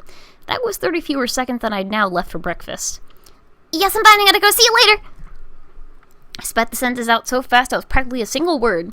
I grabbed my backpack, swung it over my soldier, yeah. You know, reading. Swung it over my shoulder and raced out the door. Megan poked her head out after me, and I waved as I sprinted down the hall. Bye, America. Have fun. Make lots of new friends, okay? Okay. I sprinted to the stairwell at the end of my hallway, ran down it 2 steps at a time, and burst out the front doors of Sunshine Dorm. When I reached the dining hall, I had to push my way in against the tide of students who were leaving, already done with their meals. When I got to the serving area, I was dismayed to see that it had already been picked over quite thoroughly. All that was left were a few badly bruised apples, a couple bananas that looked several days past their prime, and damn it, some slices of toast. Ha ha ha ha ha ha ha. I signed and resigned myself to the cliche. I snatched up some toast, turned back around, and dashed out of the dining hall. I ran all the way to the Beltway Hall with a piece of toast hanging out of my mouth. Of course. I swallowed the last bite just as I walked through the front doors of the building. Breakfast? Check. I immediately felt lost and overwhelmed the moment I set foot in Beltway Hall. There seemed to be barely any rhyme or reason to the layout of the halls. Some of them intersected at bizarre angles, making navigation even more unintuitive. I finally worked up the nerve to ask a stranger for directions. Excuse me, do you know how to find room 045? The student thought for a moment and then pointed down a nearby hallway. Thank you. I needed to ask for directions a good 4 or 5 times, and I had to double back and retrace my steps more than once. After what must have been at least 15 times, I finally located my homeroom. I burst in the door, my heart racing, at exactly the same time that the bell rang. All eyes in the classroom were on me, and I felt my cheeks burn as I blushed. I quickly glanced around the room. The first thing I noticed was that the teacher wasn't even there yet. That was one small mercy at least. Oh my gosh. Okay. Sometimes you just gotta raspberry. I saw that there was only one desk still unoccupied, so I rushed to it and sat down. It was near the middle of the second row, which gave me a good view of the board. Okay, people who know anime stuff better than I do. Isn't there like a certain seat that main characters always sit in? And if so, is this the seat? Because if so, that is a great attention to detail. And I applaud. Oh, there's Newt. There's the Newt man. As I made my way to the desk, I noticed that Newt Gingrich was sitting in the seat directly to the left of me. He waved as I sat down, and I smiled at him. Mere seconds after the bell, our homeroom teacher arrived. He had a friendly face deep with wrinkles, a warm smile, and a perfect head of hair. Okay, I missed. I don't know if it mentioned it was by the window, but whatever. All of us stood and bowed toward him in unison. He set his briefcase down on the desk next to a small potted cherry chrysanthemum. I'm not good with plant names. Plant. Oh no! Is the teacher Ronald freaking Reagan? Good morning, Mr. Reagan. We all sat down. I glanced at the classroom and was suddenly aware that I was the target of dozens of furtive glances. Well, class, today we'll begin with a very special introduction. We're lucky enough to have a transfer student joining us the rest of the school this year, so please welcome Mori America. Reagan gestured toward me. I can't get over that. And stepped aside, inviting me to join him by the chalkboard. He better be an option? He's the teacher! No, he's the teacher! Now all pretense of politeness was dropped, and every student in the class stared straight at me as I stood and walked in front of the classroom. Oh, goodness. Hello, my name is Mori America. I wrote my name on the chalkboard, both in Japanese and English. You can call me America. It's Japanese for delicate flower. No, it's not. I only arrived in the United States 2 days ago, but I'm very excited to be here. The secret ending? Oh no. Oh no. That doesn't sound good. I don't like where that goes. I'm going to do my best. I bowed towards the students and they all applauded. As I headed back to my seat, I was surrounded by warm, welcoming smiles on all sides. Thank you, America. We'll do our best to. Thank you, Mr. Ronald Reagan, my teacher. What class is this even? If you need anything, you can talk to me or your class representatives, Lindsay Graham and Peggy Noonan. Two students sitting at the row of desks in the front of me turned and waved to me. I recognized the boy from the debate stage on Saturday night, but the girl's face was unfamiliar. Romance class. Well, Peggy, will you please take attendance? The girl stood and started calling the roll. My name came early on the list, and when she was past me, I began to tune out, lost in my own thoughts. I'm sorry if I keep dying. Every now and then I thought caffeine was supposed to help you not die. Actually, no, I have a very bad caffeine problem, so if anything, drinking more coffee is only going to slowly kill me. Oops. The girl stood... Okay, So this was an American classroom in some ways. In some ways it was familiar. The general layout was close to what I was used to, other than all the American flags scattered all over the walls. But in other ways, it was weirdly alien. I mean, we were all still wearing our outdoor shoes. What was up with that? Peggy finished taking attendance, and Mr. Reagan started going over announcements. He congratulated Lindsay on a strong performance of the debate, and the entire class applauded in recognition. Lindsay only nodded in return. I was able to sense a sliver of resentment. Mr. Reagan continued, mentioning that the next school cultural festival was coming up in 2 months, and that we should start thinking about what assignments we'd like to take in preparing for it. This was another welcome point of similarity between this school and the one I'd gone to in Japan. Although maybe this comparison was hardly worth mentioning. I mean, what kind of school wouldn't have cultural festivals? Certainly not one I would even consider going to. The rest of their homeroom period passed quickly when the bell rang again. We all stood and bowed to Mr. Reagan as he picked up his briefcase, bowed in return, and left. Oh gosh, you've seen it all, haven't you? While we were waiting for our next teacher to arrive, the students around me began to chat. Newt shifted his chair toward me. So what do you think of Mr. Reagan? Oh, I don't know if I really had enough time to form a real opinion on him, but he seems fine. Newt nodded as if satisfied with my answer, and turned back to his desk where he was scribbling in his notebook. Another bell, another teacher. Oh gosh, Eisenhower! Are you kidding me? Is this just gonna be a bunch of past Republican presidents? Is Kennedy in this? Is there gonna be a president, not, Mr. Kennedy? Is there gonna be, Mr. Clinton? Oh wait, no, Clinton's a Democrat, oops. I don't... Goodness me.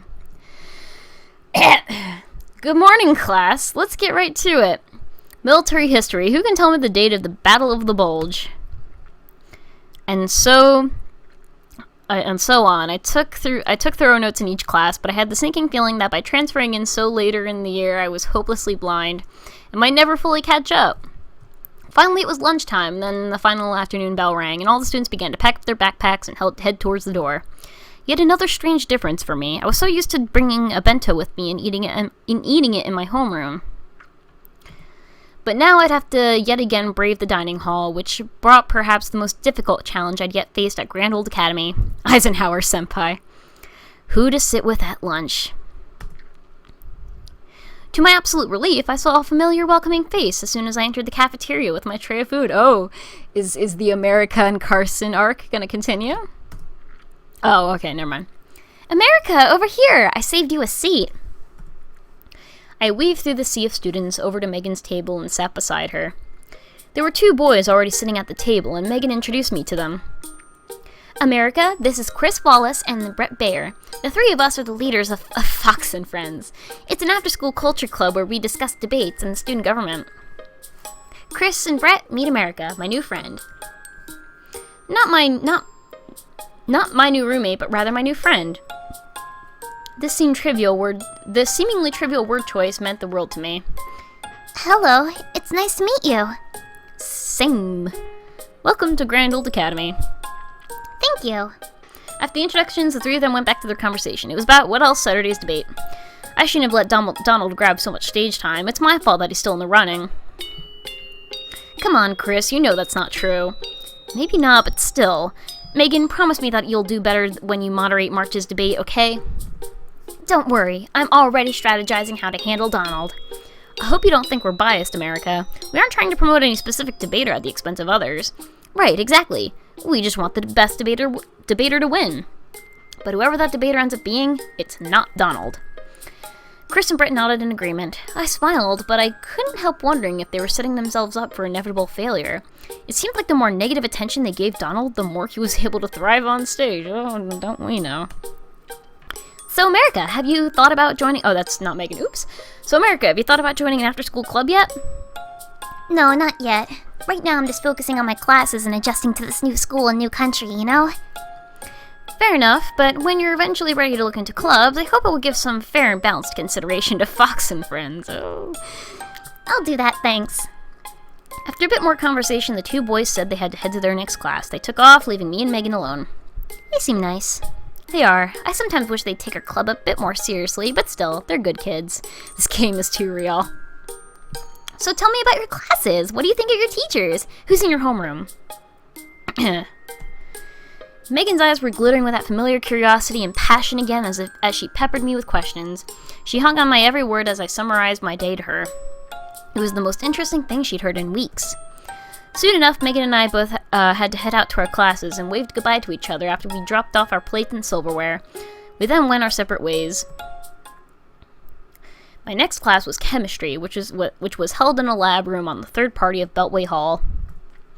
Once again, finding the classroom was a trial in itself, but fortunately I allowed myself enough time to search and made it before the bell rang.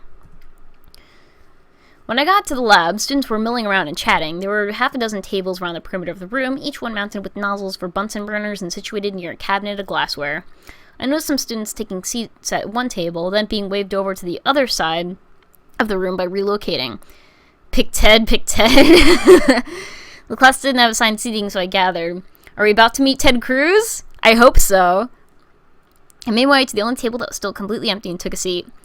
I could feel myself getting glances from the student who had been in the previous class with me. But after seeing how easily the students in my homeroom had warmed up to me, I didn't feel too nervous. I even felt bold enough to meet the eyes of a few of them and give them small smiles and waves. They smiled back, but still, none of them seemed eager to sit by the new girl.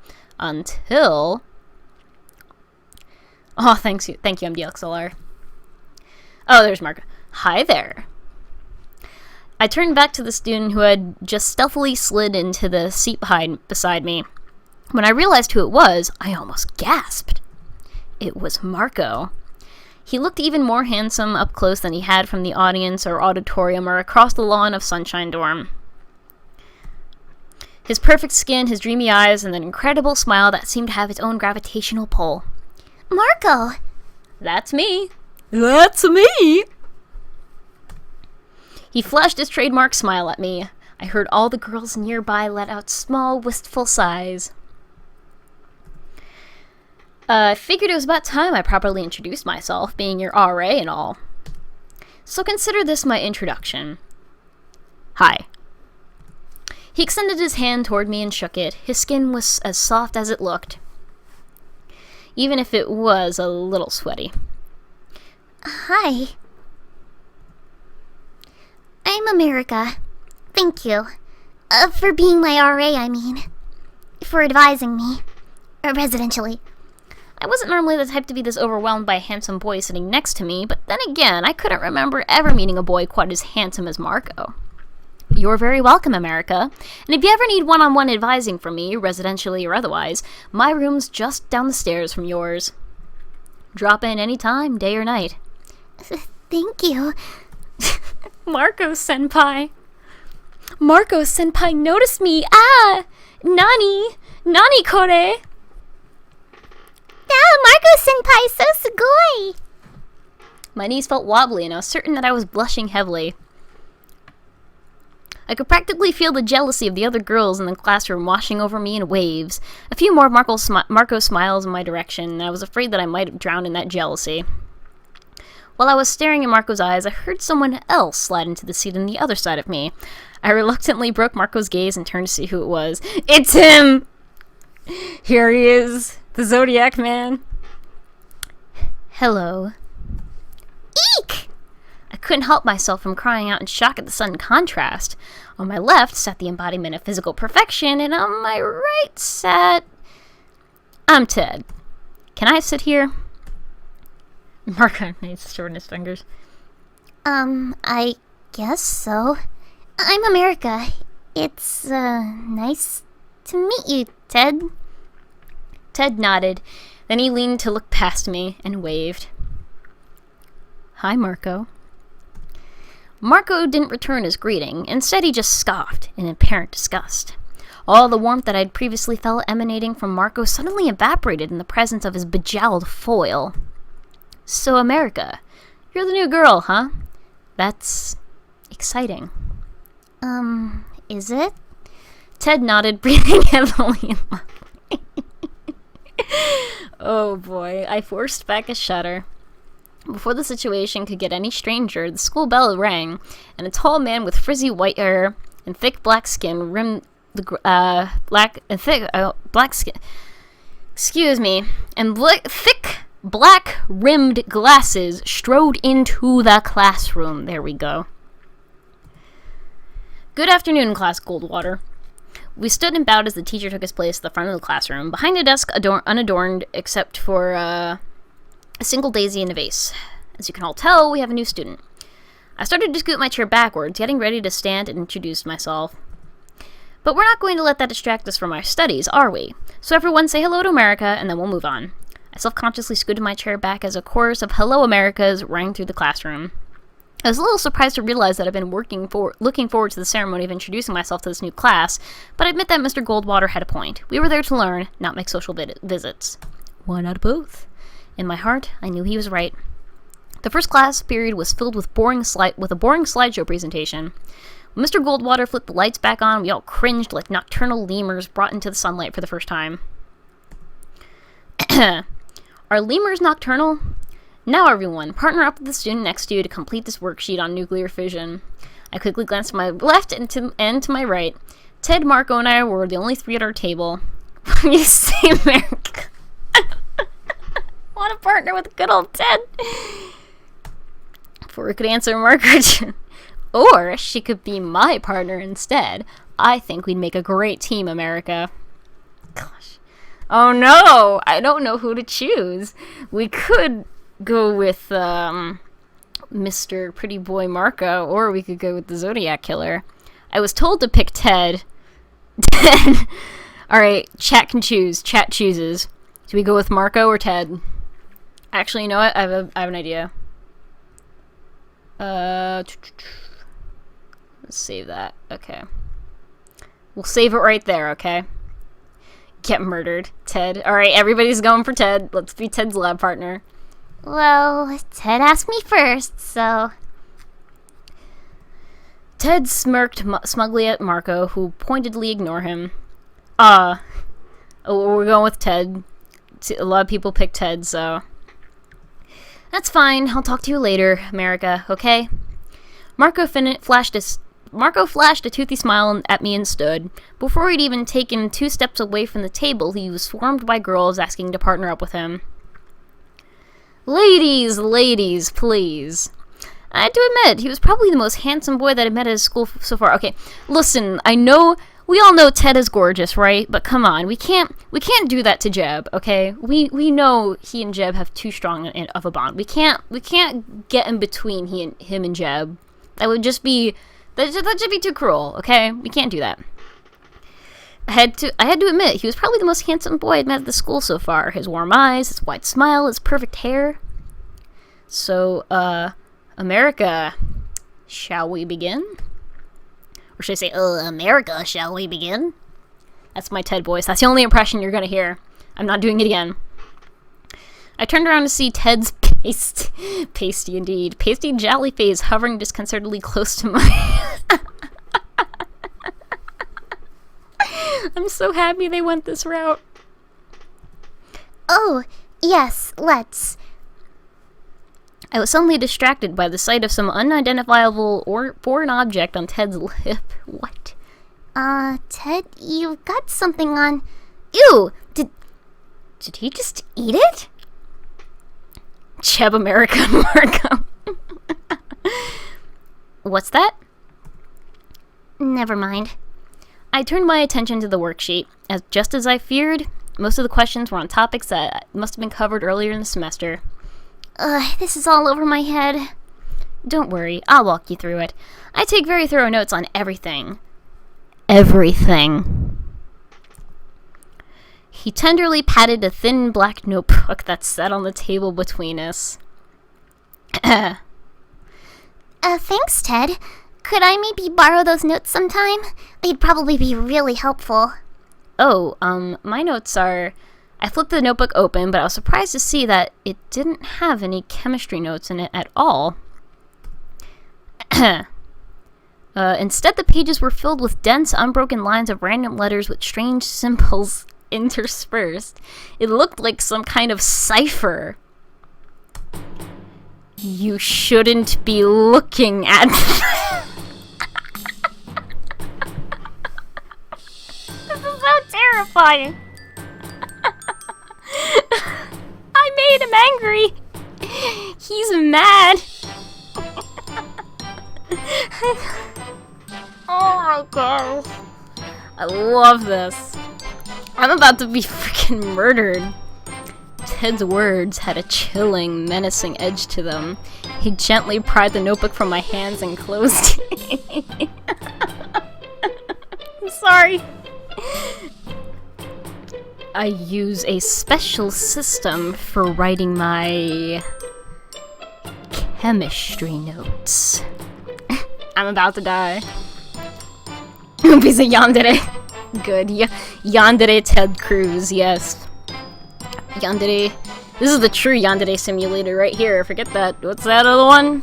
That doesn't count. This is Yandere Simulator now. That's all those are. Chemistry notes. Okay. Okay. Good. Now let's go over Neutron Decay. Okay, I think I'm good. I don't think I'm gonna be murdered. The rest of the class period passed uneventfully. I kept picking up on slightly strange vibes from Ted, but there wasn't any more overt weirdness from him. Ted and I finished our worksheet just as the bell rang. Although, chemistry between him and America, ha ha ha ha. Although he was the one who did most of the work, Ted passed the page to Mr. Goldwater as he came by to collect it. Good work, you two. Thank you, sir. Okay. Hang on. Mr. Goldwater turned to his desk and began packing up and leaving the room. There were some of them whispering to each other and giggling as they walked past our table. Thank you, sir. Kick ass. Aw, he's sad. He's sad. Aww. Yandere Dev is clearly working on the wrong game. Ted pretended not to hear them, but I could tell that he was hurt. As Ted and I started packing our bags, Marco walked past us, surrounded by his gaggle of admirers. He winked at me and smiled as he passed. I couldn't help but smile back. You don't sympathize with Ted Cruz. Do you want to study with me sometime? What? Study chemistry, the two of us, with each other. We could be buddies. We could be buddies that study. Buddy studiers. Ted stared at me unblinking with those brown bovine eyes of his as I stumbled for words. I think I'm good, actually. But thanks. I actually did desperately need someone to study with, but there was something about Ted that just creeped me out. Maybe it wasn't entirely his fault. It did seem like the other students were terribly mean to him. Maybe he just wasn't good at interacting with people because he didn't have any friends. Then again, maybe it was the other way around. It could be that he didn't have any friends because he was just inherently unlikable.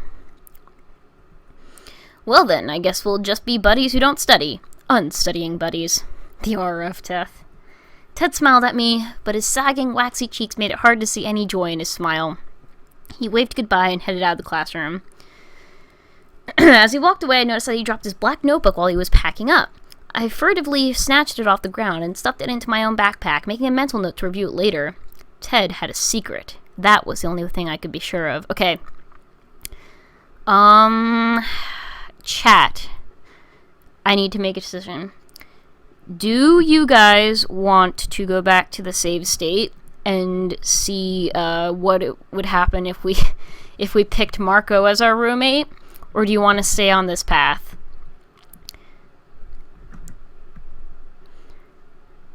Yeah.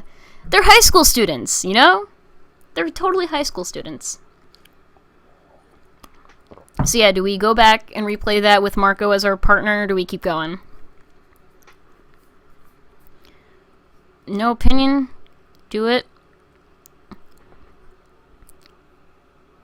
Yeah, well... If anything... If you go to the Marco route, there's a discussion of the age thing. Oh. Okay. Let's do it. Oh wait, no, I don't want to do that. Load game. Load game. No. How do... Load. Can I not? Like, is that not a thing I can do? Hang on. I'll figure this out. Can I not load it?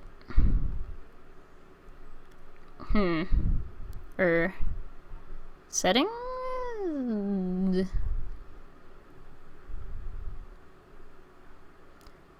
Save current game another slot, true. Okay, but no, I don't want to overwrite. I mean, I know I'm in. Oh, okay, wait. Oh, okay. Okay, there we go. I got it. Alright, let's see what happens if we're, Marco's lab partner. Yeah, I think so too, Marco. Let's do it. Marco flashed a dazzling, toothy smile at me, and then turned to Ted. Sorry, pal. Good luck finding someone who's willing to put up with you. He's sad. A pathetic frown formed on Ted's face, the sides of his mouth slowly sliding downward like butter in a hot pan. He grabbed his backpack, stood, and slouched to the center of the room. It looked like nobody was in a hurry to partner up with him. I felt a little bad for him. Poor guy. Maybe I should have taken him up on his offer. He looks so sad. No, trust me. You're better off not getting involved with Ted. The guy's a total weirdo. No one in the academy can stand him. Sorry, I'm just starting us off on the wrong foot. I'm not actually a negative guy, I swear. It's just that Ted tends to bring out the worst in most people. Now let's get started on that worksheet. Marco flipped on his broad smile again, and I was instantly ready to forgive him for his insults towards Ted. If I didn't know better, I'd say that there was something magical, somehow hypnotic about that smile of his. But no, it wasn't anything supernatural. He was just that damn handsome. Marco reached into his backpack and pulled out his chemistry textbook, a notebook, and a water bottle. He took a quick swig of water, flipped through the notebook until he found the right page, and then sipped his water again. He must have noticed me watching him drinking, because he pointed at his water bottle and winked.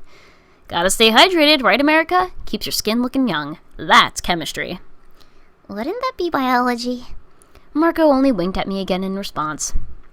Speaking of looking young, you're a first year, right? That's right. How did you get into this chemistry class, then? The syllabus says that it's for second years and up. I was in the intro to chemistry class with all the other first years last semester, but it was too easy for me. Probably because I have such good chemistry with everybody. He waved at the student across the room who was looking in our direction. Her eyes rolled back in her head, and she sighed blissfully. Anyway, I mentioned it to my buddy Jeb, and he got me transferred up to this class. It's a little unconventional, but Jeb's got plenty of pull with the administration because of his name. His name? What do you mean? A small frown darted across Marco's face for a fleeting second, but was quickly replaced by his go-to smile. It's not important. Jeb doesn't really like to talk about it, so forget I mentioned it. I found it endearing how protective he was of Jeb. So Jeb's your... Oh, shoot. What's the English word for senpai? Senpai? Jeb senpai? Never mind. I'll explain it to you later. Maybe there wasn't a word in English for it at all, but Jeb and Marco were clearly in a classic senpai-kohai relationship. I could spot one a mile away. Marco opened up his textbook to the relevant chapter. At one glance, it told me that I was hopelessly out of my depth. I wasn't eager to have Marco, an apparent chemistry prodigy, to find out how little I knew. So I tried to engage in some more small talk, hoping that Marco would do most of the worksheet himself while chatting with me. Nice weather, right? I suppose so. How about I do the odd questions and you do the even ones? Small talk obviously wasn't working. Maybe I could try a topic that Marco seemed more interested in. Himself. So, when's your birthday? May 28th. I'm a Gemini. Why do you ask? Are you planning on getting me a special present? Well, if I am, it should be a surprise, right? This tactic seemed to be succeeding. I decided to press on. So you'll be turning 17 in May? 17? Is this incarnation of Marco younger than I am? What? If you're first year, then you must be 16 now, right? No, don't worry about that. Let's focus on the worksheet. Well, I'm 18, and so are all the other third years, which would make you... No, I'm 18 too, really. Sweating. Marco seemed quite uncomfortable for the first time in our conversation. He took a long gulp of water. So that'll make you 20 when you graduate from high school? That doesn't sound right. Let's just drop it, okay? Jimmy Neutron. When a neutron strikes the nucleus of an unstable molecule, and that's when it hit me. Oh, the age of consent is higher in the United States than it is in Japan, isn't it? The molecule undergoes a nuclear fission, a process which produces... Got it. You're 18. I gave him a small wink. Gotta keep this game legal, right? We're already on thin ice with all these likenesses. Good thing that parody is covered by fair use of legislation, right? Later nuclei of new atoms, free neutrons, and energy. Marco was frantically filling out the entire worksheet himself, trying to avoid eye contact with me. Just as planned. But as I continued to watch him, I started to feel a little guilty. His brow was covered in sweat, and he looked genuinely uncomfortable. I felt like I was getting a window of insight into Marco's personality. It seemed to me like when he was on his game, he was unflappable, and apparently perfect. But as soon as he was thrown off his groove, he crumpled into a nervous mess. When a neutron strikes the nucleus of an unstable molecule, the molecule undergoes a nuclear fission, a process which produces lighter nuclei of new atoms, free neutrons, and energy. Had he just said that exact sentence? Are you okay, Marco? Marco looked up at the worksheet and smiled at me. Of course I am, America. When a neutron strikes the same sentence. That's chemistry. Okay. Yeah, that was definitely the same sentence. 3 times now. Now I was the one feeling uncomfortable. Let's apologize. You know, he's nervous. We shouldn't have done that. I'm sorry, Marco. Sorry? Sorry for what? For, talking about your age, I guess. That's what made you nervous in the first place, right? Nervous? I'm not nervous. Now let's get back to work. When the same sentence. I sat in this comfortable silence as Marco finished up the worksheet by himself, frequently drinking from his water bottle and wiping sweat from his brow. When the bell rang, Marco darted in front of the classroom and turned in our worksheet. Unfortunately for both of us, he'd been so distracted that he left several answers completely blank. Oh, nice job, Marco. Could really count on you. As he walked back, surrounded once again by the adoring stares of admirers, he seemed to regain his mojo, and then swagger came back into his step. By the time he returned to the table, he was back to his usual self. Piece of cake, right, America? We should partner up again next time. We have great chemistry. Even though he had made that joke earlier in the class period, I still couldn't help but swoon. Damn that seductive smile of his. Marco tossed his books and water bottle into his backpack and slung it over his shoulder and headed out of the classroom. Just before we walked through the door, he turned back for a moment and winked at me. The happy warmth I felt in my chest was more than enough to protect me from the daggers that the other girls in the class were shooting at me from their eyes. After the last class of the day, we all returned to our homerooms. Mr. Reagan read a few more announcements and reminded us again that the school cultural festival would be held April 30th. My curiosity was piqued, but unfortunately Mr. Reagan didn't specify what the festival's theme was. It seemed like he was taking for granted that all the students in the class already knew. And judging by the excited whispers that filled the room and when he mentioned the festival, he was right. At last, Mr. Reagan dismissed us, and we stood and bowed as he left the room. Once he left, all of us began cleaning the classroom. Once again, I felt comforted knowing that Osoji was a cultural constant. My chore for the week, as assigned by Newt during his announcements this morning, was cleaning the chalkboard. Nothing particularly hard, but fairly time-consuming. Hang on. Someone just texted. Okay, I'm not even joking. I swear on my life, this is not a joke. Somebody just texted me. So, someone tried to shoot Donald Trump in Reno? I don't know where Reno is.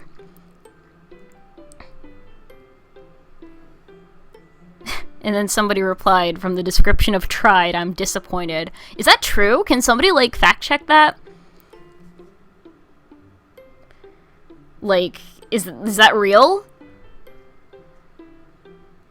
Yeah, I guess he was doing, I could assume he was doing a rally in Reno, and I guess somebody tried to shoot him? At least that's what my friend just texted me. Huh. I haven't heard anything about that, so, if somebody gets around to fact-checking that or whatever... No, they missed. They tried. They failed. I assume that they didn't even get to make a shot or anything. Somebody probably caught them, but, yikes. Dang. And I guess there was a tweet posted to it. Hang on. I gotta take a second to investigate this. I guess he tweeted something about it, and I'm gonna read that tweet right now, whatever it is. Gosh, go to Donald Trump's Twitter. Hang on. Here we go. Where's real Donald Trump?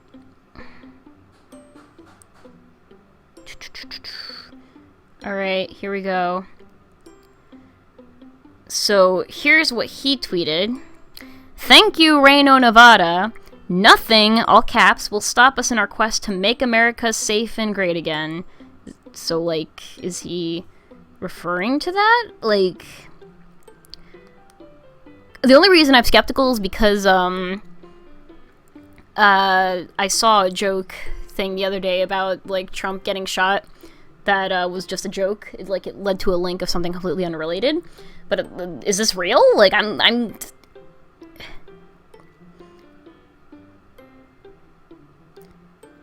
Dang. I mean, to be completely honest, if that did actually happen, I can't say I'm too surprised because, you know, people were kind of expecting it. They just got a statement from him. I don't know. Whatever updates I get from my friend about that, I'll let you know. But dang, yikes. Oh yeah, so that must be super recent. More content for the game. You guys have to add an assassination attempt in the final game. My chore for this week. Okay, back to the game. Back to the game. Like I said, if I hear anything else, I'll let you know. As other students finished up their chores, they left the room in pairs and trios, chatting about what after-school clubs they were on their way to. I wondered what I would end up joining. Fox and Friends did sound interesting, but I wasn't sure if it was the right fit for me. Maybe there's a light novel club there, like the one I belonged to at my old school. I decided that I'd ask around about that later. Excellent job, America. I don't think I've seen the chalkboard look that clean. Oh, thank you, Newt. I'm heading off to my after-school club, the RNC. RNC? Really neat club. Would you like to come along? It's really neat. No, I don't think so. I don't want to intrude. But thank you for the invitation. Of course. Newt smiled at me and then left the classroom. I grabbed my backpack and... Hang on. I'm sorry if I keep stopping. Like, this is... So his statement, my friend paraphrased his statement about the attempt as basically thanking the Secret Service for protecting him and the people who attended the rally. We will make America great again, blah, blah, blah. Okay. So basically typical Donald Trump response, which is unusually impersonal, considering somebody tried to kill him, but what are you gonna do? Oh boy. 2016 can't end quick enough. I grabbed my backpack and left as well, heading back to Sunshine Dorm. I returned to an empty room. Presumably Megan was at a Fox and Friends meeting. I unpacked my backpack and flopped onto my bed. I started working my home from Mr. Eisenhower's military history class. Mr. Eisenhower didn't have the same warmth and approachability that Mr. Reagan did, but he was still a good teacher. I didn't even... A few hours later, I heard the sound of a key in the door. Megan entered. America, you did it! Your first day at the academy. Yup, I did it. Megan's enthusiasm was infectious. I suddenly felt myself swelling with pride. I'd been spending all day trying to calm my nerves by telling myself that my first day of classes here wasn't a big deal. But no, it was a big deal, and I'd conquered it. Megan and I spent the next few minutes dissecting the classes I'd gone to since I last saw her at lunch. Eventually, I returned to my homework, and Megan started on hers. When dinner time rolled around, Megan invited me to eat with her again. I happily accepted her offer. We chatted about this and that for a while, but eventually the conversation turned to ourselves. So America means delicate flower in Japanese, but what about the other half of your name? What does Mori mean? It doesn't mean anything in particular, not literally at least. It means forest. It means forest. So your name is America Forest. It'd be a really interesting forest. But it does have a lot of history to it. It goes back to the 12th century. Wow. It's not like I can trace my personal lineage all the way back to the founder of the Mori clan or anything like that. But yeah, I guess it's neat. I mean, I'm still a continent away from her. She's on the East Coast, and the academy's obviously near the center of the country. But it's better than being on the other side of the globe. Wow, I'm roommates with an ambassador's daughter. I'm so lucky. I blushed and shrugged. It's not that big of a deal. It's not like I'm anything special just because she is. Are you kidding? You were accepted into Grand Old Academy. That means you absolutely are special.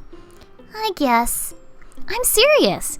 You're going to make your mark on the Academy. I can feel it. I don't think we skipped any. Did we? I don't know. Ugh, I'm starting to get a headache. It sucks. I couldn't help but smile a bit. It felt good knowing that Megan had so much confidence in me, even if I didn't have that much in myself. After dinner, we returned to our room and worked for the rest of the night until bed. The rest of the week passed fairly uneventfully, and I started to develop a regular schedule and daily routine, which I found comforting. I would head to class first thing in the morning and then eat lunch either with Megan or by myself with a book, and finish up the rest of the day's classes and then head back to my room or the library to do my homework. Megan spent several hours every night preparing for the next debate. This would be the first one she'd be moderating, and even though it was more than 3 weeks away, Megan was already throwing herself into full force.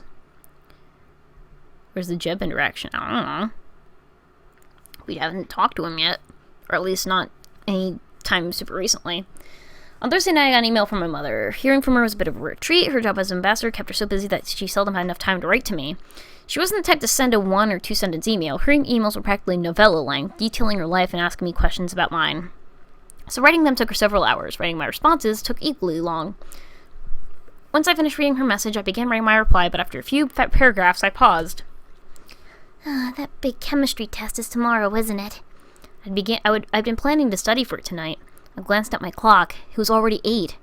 I wanted to be in bed by 10 and get a full night's sleep. I'd have to choose between studying and finishing the email. Okay. Well, Marco was not exactly a good lab teacher, and I think our mom will understand if we say we had to study, so let's just study. I saved what I had already written of the email as a draft and closed my laptop. I was sure that my mother would understand if it took me a few days to reply to her. Besides, it would be nice if I could tell her how I aced my chemistry test instead of being forced to admit that I'd failed because I hadn't studied. I grabbed my textbooks and my notes and set to work. Eventually, I heard the huge bell in the clock tower of the Independence Hall chime 10.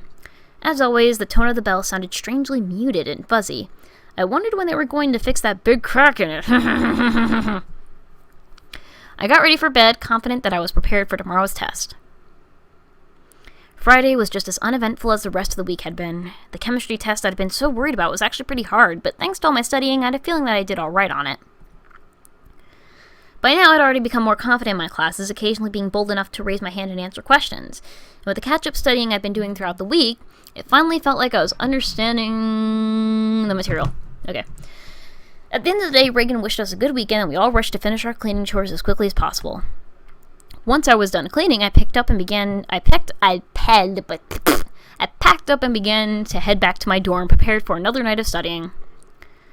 But once I left Beltway Hall and felt the bright sun on my face, I breathed in the cool, bracing air and heard the cheerful chatter of other students around me and saw the beautiful, unfamiliar North American trees and flowers and shrubs and lawn around me. You know what? I'm going to treat myself today. I successfully finished my first week of class at this new school, and I'd even made some friends. Things were going better for me than I dared to imagine a few months ago, and that was worth celebrating. You go, America. Treat yourself. I turned around and started heading north. I was going to stop by the school store and buy myself something nice. I normally didn't like spending money frivolously, but one of the many tidbits of advice that my mother gave me before seeing me off at the airport in Kagoshima was that I should try to be generous to myself. After a leisurely stroll of a few minutes, I reached Big Apple Plaza. This square held the major shopping destinations on campus. There was a drugstore, a bank, a salon, a small single-screen movie theater, all the kinds of stores that a student at a boarding school would normally travel to the nearest town to visit. But since the academy was a good distance away from a major town, we had these stores on campus. It was extremely convenient. Although from what I gathered of the occasional grumbles of the students wandering through the plaza, the goods were quite overpriced. Supply and demand, I suppose. The free market. Invisible hand. Or whatever. My destination today, though, was a store that was owned and run by the academy itself. It sold textbooks, school supplies, and various academy-themed school spirit items. I entered the store and was immediately greeted by the sight of the school mascot, an elephant, of course, plastered on t-shirts, notebooks, scarves, hats, pennants, coasters, and dozens of other items. I browsed for a while, waiting for something to stand out to me, and suddenly... Oh, keychains! On a display right in front of me hung an array of plastic and metal keychains. Now I could finally get one and stop worrying about losing my room key. All that was left was to pick out a design. About half the stand was devoted to different styles of Grand Old Academy branded elephants, but below the herd of pachyderms was an assortment of other cute cartoony animals. Ooh, what do we take, guys? What do we take? We could take the elephant, we could take an eagle, we could take a lion, or we could take a turtle. I mean, we already have a turtle, but now the turtle wouldn't hurt. We could take an elephant, or an eagle, a lion. There's so many options. What do we do? What do we do? In the meantime... Okay, that's still going. I was working on a pattern for Animal Crossing before I did this. And speaking of that, I have to do a thing. Hang on, I gotta make this line.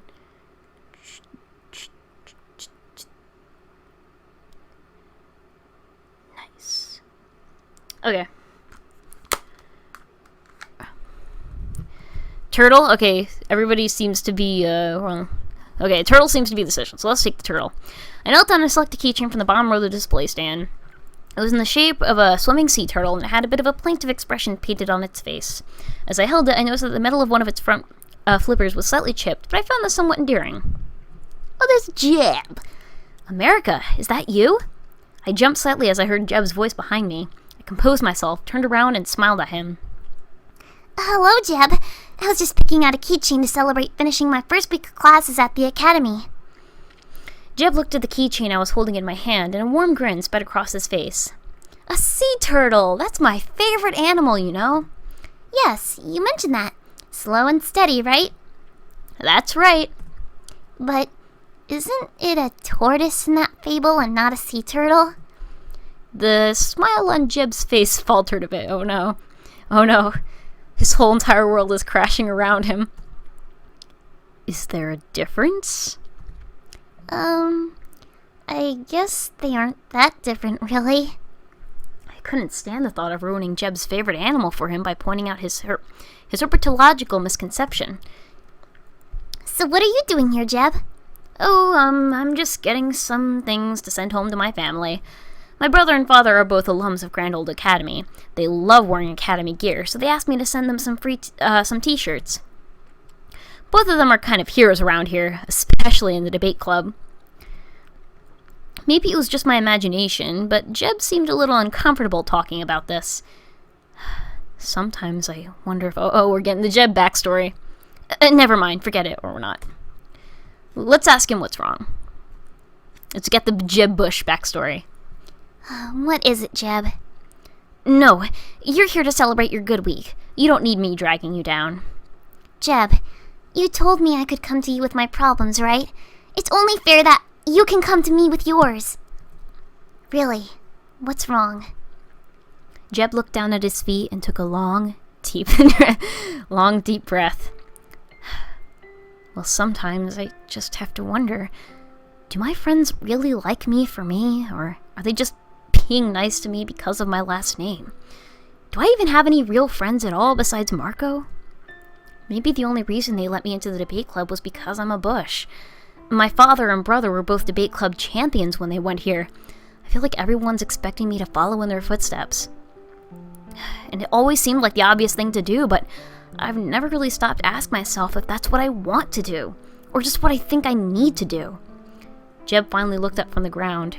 When our gazes met, I thought for a moment that maybe I saw tears behind his glasses. I like being the RA of Sunshine Dorm. I like helping people. But I'm not so sure if I like being in the debate club, especially when it means getting bullied by... Uh-oh! Uh-oh! Da da da da! Here he is. Hello, Jeb. Donald! Jeb and I both jumped a bit in surprise. I hadn't even noticed Donald approaching. But now that he was here, it felt like he was filling the room, overpowering it with his commanding aura. Leave this place. This is a sacred place. We're having a moment. Now that I was finally standing next to them, I could see for myself who the man behind the legend really was. The first thing I noticed was his size. I estimated that he was only about an inch taller than Jeb, but with his ramrod carriage contrasted to Jeb's weak posture, the difference seemed greater. Donald was also broad-shouldered and wide stance, making him seem even bigger, and for some reason my eyes were drawn to his hands. Wow, there were no problems there, I could assure you. No problems at all. I just wanted to tell you, Jeb, about the debate last week. What debate? What a debate, am I right? Tremendous crowd, tremendous atmosphere. I love the students here, by the way. So welcoming to me. You've been here, 3 years now, Jeb? I transferred in just this year, and already I'm getting more votes, putting up such incredible numbers. Oh, boy. Well, I think that... Excuse me! I was saying, Jeb, when you look at what's going on in the academy, all over the campus, the students, and that's what I care about, the students. They want someone who understands them, who debates for them. And I know you've got the family, the connections at the academy. Look at his face! Look at that face! Oh. Which, by the way, not all that great. The legacy of your family, not great. And the people know. They know it's not great. They know. Anyway, I know you can do better next time, alright? Much better. Because you were having such a rough night out there, okay? We can say that. Can we agree? Report him. Come on, man. I'm just trying to help you. Don't be nervous. I know you can be better than what... Look at poor Jeb. Poor Jeb. Jeb Bush Defense Squad. I know you can be better than what you're doing now with what you're saying, with what you're talking about, because they're not buying it. The talking that you're saying. They're just not. They're not. Look, the talking isn't winning you at the debates. The talking isn't what... And believe me, I understand that. I understand the talking. Oh, his characterization is so on point, it hurts. I've done the talking, greatly with talking, I know. Just stick to it, is all. You're fun to debate with. We're having fun out there, right? Donald patted Jeb on the back, and Jeb flinched. And who have we got here? Oh no. Donald turned to look at me, and I froze up. I felt as if his piercing, icy gaze was shooting through me, pinning me against the far wall. Leave her alone, Donald. Oh! Jeb is standing up for us. He's standing up for us. Excuse me, Jeb. He disdainfully spat out the word Jeb as if it felt dirty in his mouth. Let her speak for herself, alright? My name is Mori America. I'm a new transfer student. I see. Donald glanced at the keychain I was holding and scoffed. Look at that cheap thing. Where'd they make that? I'll tell you, China. China. Or Mexico. That's where. Pathetic. I felt my cheeks flush with embarrassment. America and I, we're about to just leave. Isn't that right? Jeb looked at me, his eyes plaintive. I could tell by his gaze as he was offering me a lifeline to get out of a potential conversation with Donald. Although maybe it was a little presumptuous of him to assume that I wouldn't want to spend time with the most popular boy in school just because he said a few insulting things to Jeb. But I could also read in his expression that he desperately wanted an excuse to leave the store and avoid being bullied further. Yeah, no, we're not staying here. We're not putting up with this. That's right. We were on our way out. See you later, Donald. Jeb smiled at me with relief. He put an arm around my shoulder and we both started walking away. I love this Jeb, okay? I love this Jeb. That's alright, that's fine. Donald called after us after we walked away, practically shouting. You know what I call that? You know what? I'll tell you what, America. I have a name for that. For what Jeb over there has. Low energy. Those two words flew out of Donald's mouth like bullets, and Jeb stopped mid-stride as they hit him in his back. Oh no, Donald, stop. Low energy. That's what he has, America. I don't know what kind of voice I'm doing now. He comes into these debates. He look very bad. It's very bad. His attitude, this low energy, not working. We need someone who can. I'm literally flailing my hands as I do this to try and get into this. We need someone who can make deals. Great deals. Big deals. That's what's important. We gotta do this at school, all over, all the time. Making big deals. Vastly great. If we want to compete, stay competitive. Low energy Jeb can't do that. You see, America? Right? Come on, Jeb. Just keep walking. Ignore it. I grabbed Jeb's hand and tugged him forward. He started walking again, following me to the front of the store. I could hear Donald scoffing with disgust as we left. Thanks, America. You're welcome, Jeb. Is he always this bad? Lately, yeah. And it's getting worse and worse the more students support him. Jeb sighed and shook his head. I'm afraid he might win, America. He might win the debate tournament. Before I could answer, we reached the register at the front of the store. My clerk rang up with a keychain. Keep holding that hand. That'll be $17.76.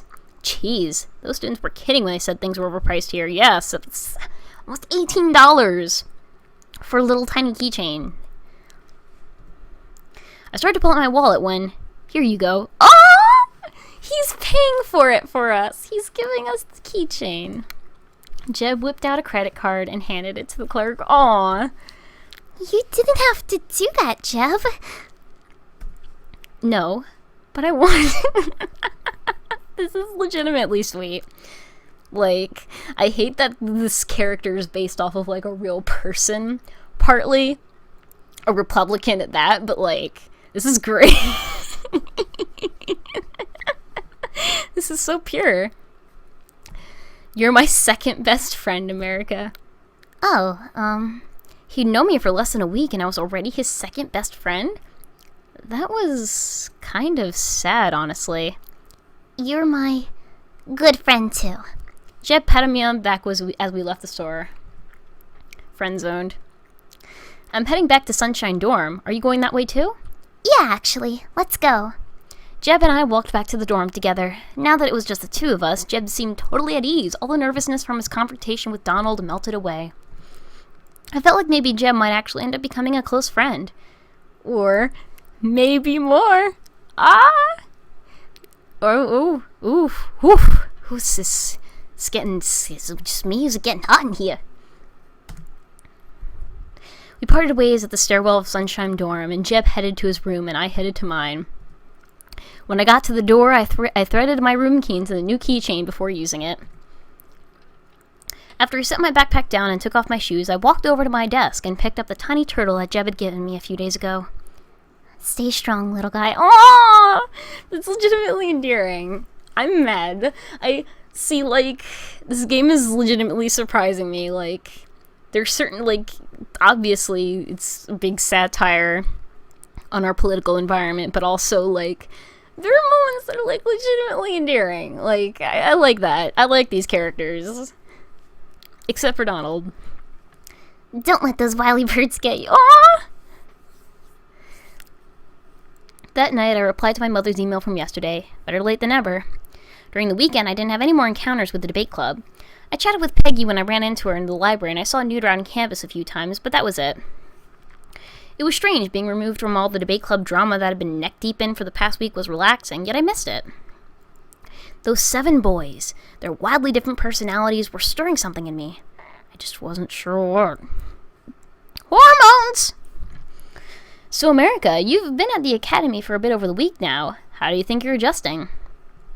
I'm doing all right. I mean, it's not exactly easy, but I'm getting by in my classes, and I think I'm making some friends. Do you really think that you belong here? Because you don't. Oh, excuse me? Excuse me?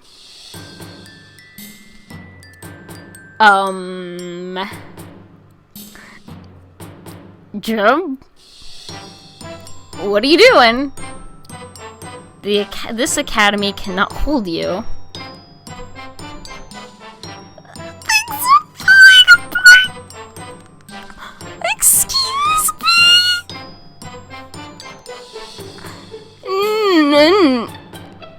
Excuse me?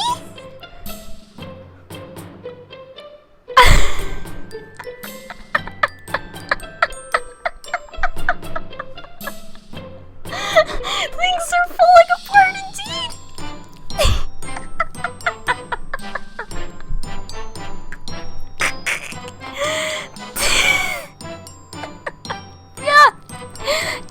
is falling apart. You're right. You're right. You're right. Can you hear me? Have we been furries all this time? Is that the big plot twist? Is that everybody's fucking furry?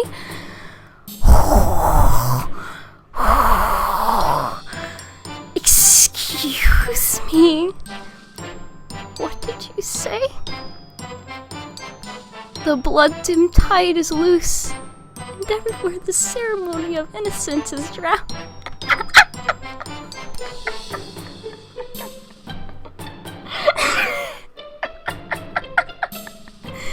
Ooh. Jeb, what's happening?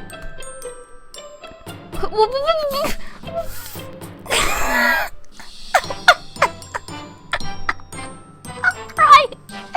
I can't breathe. The best. The end times are near. The best lack all conviction, while the worst are full of passionate intense. What is happening? I'm scared. I'm terrified. Marco, help! Ben! No, not you too, Ben! Surely some revelation is at hand. Surely some second coming is... No! The second no! Are we sacrificing blood to the bird gods of yore? Hardly are those words when a vast image out of space Monday troubles my sight. Megan, no! No, Megan! Megan, no! Somewhere in the sands of the desert, a shape with a lion body and the head of a man. I gaze blank and pitiless as the sun. Whoa. Oh no, is that Donald?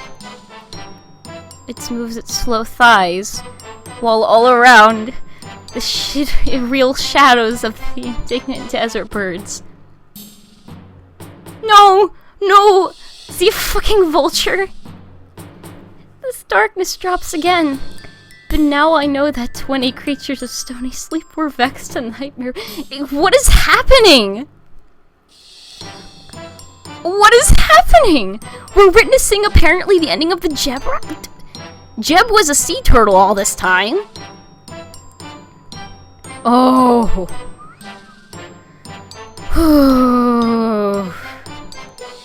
And what a rough feast. It's our come round at last. Slouches towards Bethlehem to be born. Oh. Whew. Oh, that was just a dream. I bolted upright in my bed, covered in a cold sweat. My heart's racing. America, what is it? Are you okay? I slowly turned to reality. Just a dream. It was only a dream, or was it? Yeah, I'm alright. I just had a bad dream. Sorry for waking you, Megan. It's okay, it happens. I dreamed that... Could you save it for the morning? I've kinda got a big day tomorrow. We're having a Fox and Friends meeting right after classes ends, and I want to be well rested for it. Oh, of course. Sorry. And you got your second week of classes beginning tomorrow morning. You need sleep, too. The moment Megan said sleep, I felt my eyes growing heavy, as if hearing that. I don't want to go back to sleep after that, no. All it took reminded me how exhausted I was. You're right. Sleep is good. No, sleep is not good. Not after that. Good night, America. Good. Good night, Megan. I tossed and turned for the rest of the night, but I mercifully didn't have any more odd prophetic dreams.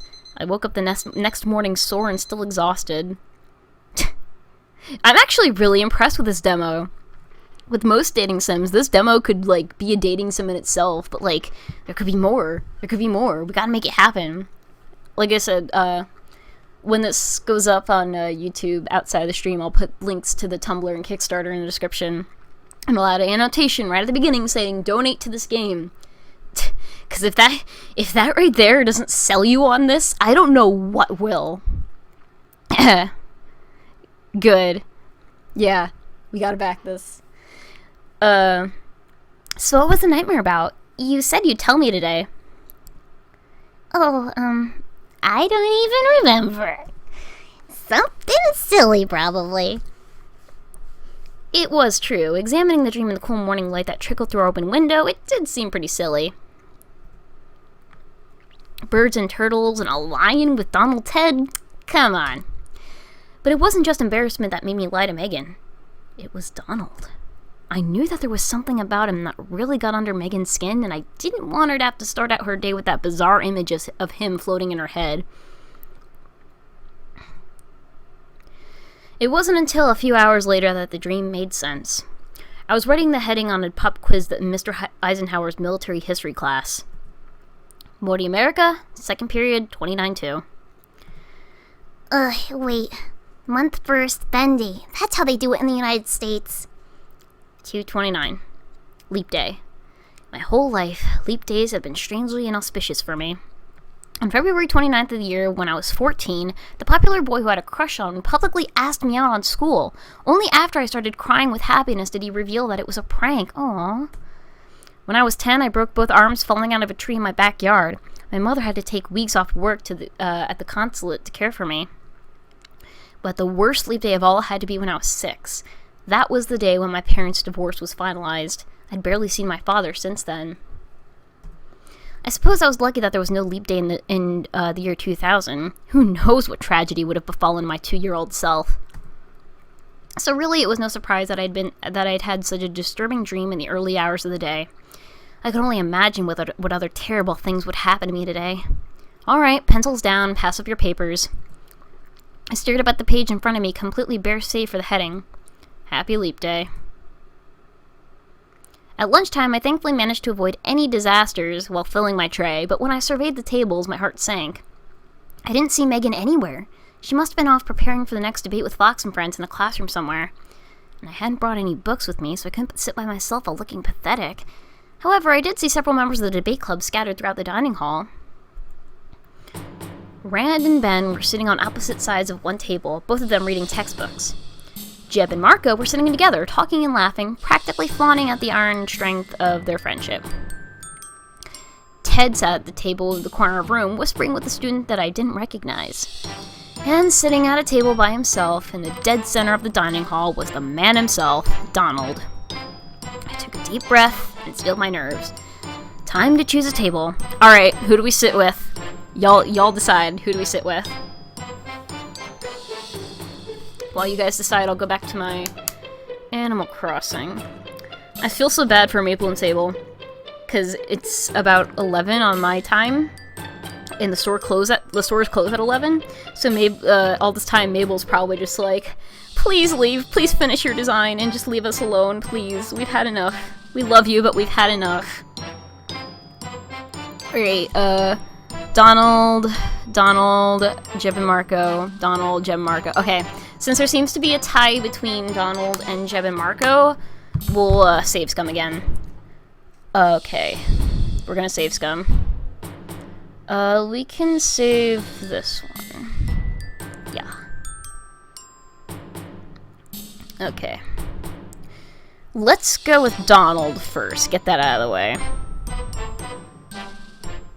Because I don't want to go the Donald route, I kind of want to go on the Jeb and Marco route, or just Jeb route in general, because I really love this character of Jeb.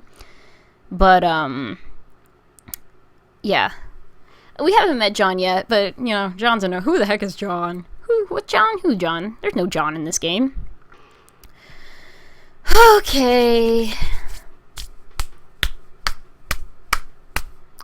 Here we go. Channeling my hand gestures.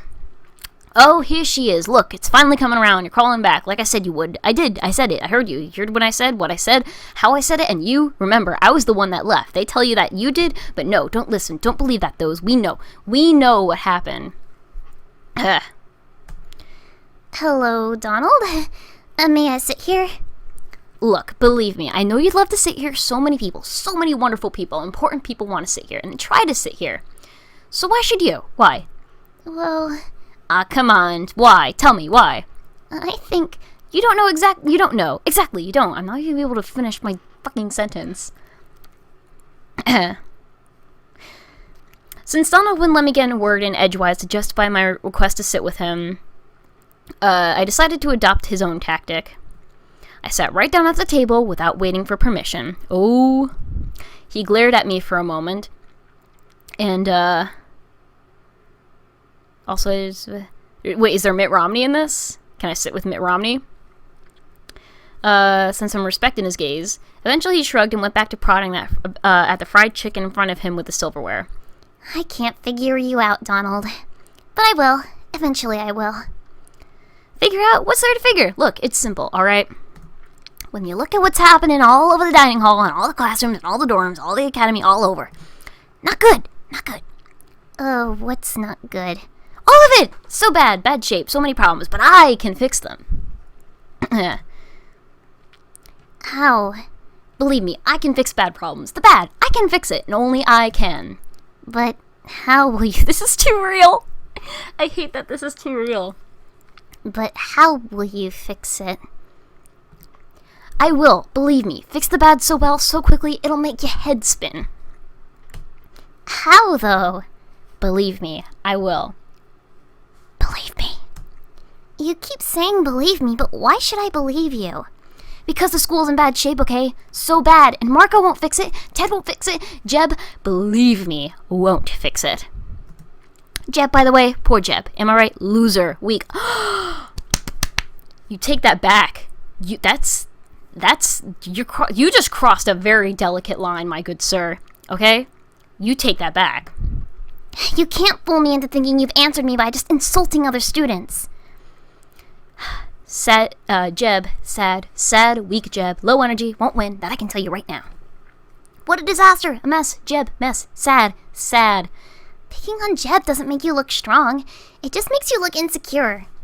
No one is more secure than me. I'm so secure. So very secure. Not like Jeb. Talk about insecure. I sighed and went back to my meal. It would obviously take a lot more work to crack the nut that was Donald. But I was determined that I eventually would. I'd solve the frustrating puzzle of Donald Trump. Okay, yeah, no. Let's go with the nice route. Let's do nice things. Hi, guys. Mind if I sit here? Oh, America! Hi! Jeb gestured to the empty seat beside him, and I sat down. Thanks. So, how are you two doing today? Just great, America. Just great. Yep, I'm great too. Everything's great here. I sensed that Marco was slightly uncomfortable around me. Was it because I'd seen him vulnerable in chemistry class? Oh, Jeb. I had a funny dream about you last night. You were a turtle. Oh, wow, that sounds like it would be really nice. I feel being a turtle would be very, very nice. Nobody compares turtles to their fathers and brothers. Oh, Jeb, you're killing me, man. You're killing me. Where'd I get this game? This is the demo for a full game that is currently on Kickstarter. I think they've raised about 3,000 so far, out of I think 15,000 goal. The link to download the demo is on the Kickstarter page. And like I said, when this goes up on YouTube, I'm gonna put a link to the Kickstarter in the description. And turtles never get bullied. Oh, poor Jeb. Baby, honey. Or maybe they do. I guess I wouldn't know. Oh well. I still have a lot to learn about turtles, and that's exciting. Somebody help this man, okay? Somebody get him an ice cream or something. Yeah. I patted Jeb on the back. Marco, meanwhile, was uncharacteristically quiet. He had none of his usual flirty quips or dazzling smiles to dish out. Marco? Yes? Are you okay? Never better, America. Never better. I have to go. Excuse me. Marco abruptly stood up and left the table, leaving his tray behind. What was that about? I'm not sure. I think I should go check on him. Sunshine bros always have each other's backs. You're a good friend, Jeb. Jeb stood to leave, but turned back to me before he did. Oh, and thanks again, America, for helping me stand up to Donald. I really appreciate it. You're welcome, Jeb. Jeb gave me a thumbs up and then loped across the dining hall after Marco. I'm gonna eat his tie. Jeb really was a good friend to Marco, and I was happy to know that he was my friend too. Oh, that's the end. Okay, so since this is the end, why don't we load up and do another route?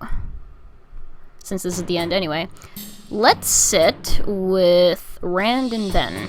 We're gonna do all these. I walked over to Rand and Ben's table.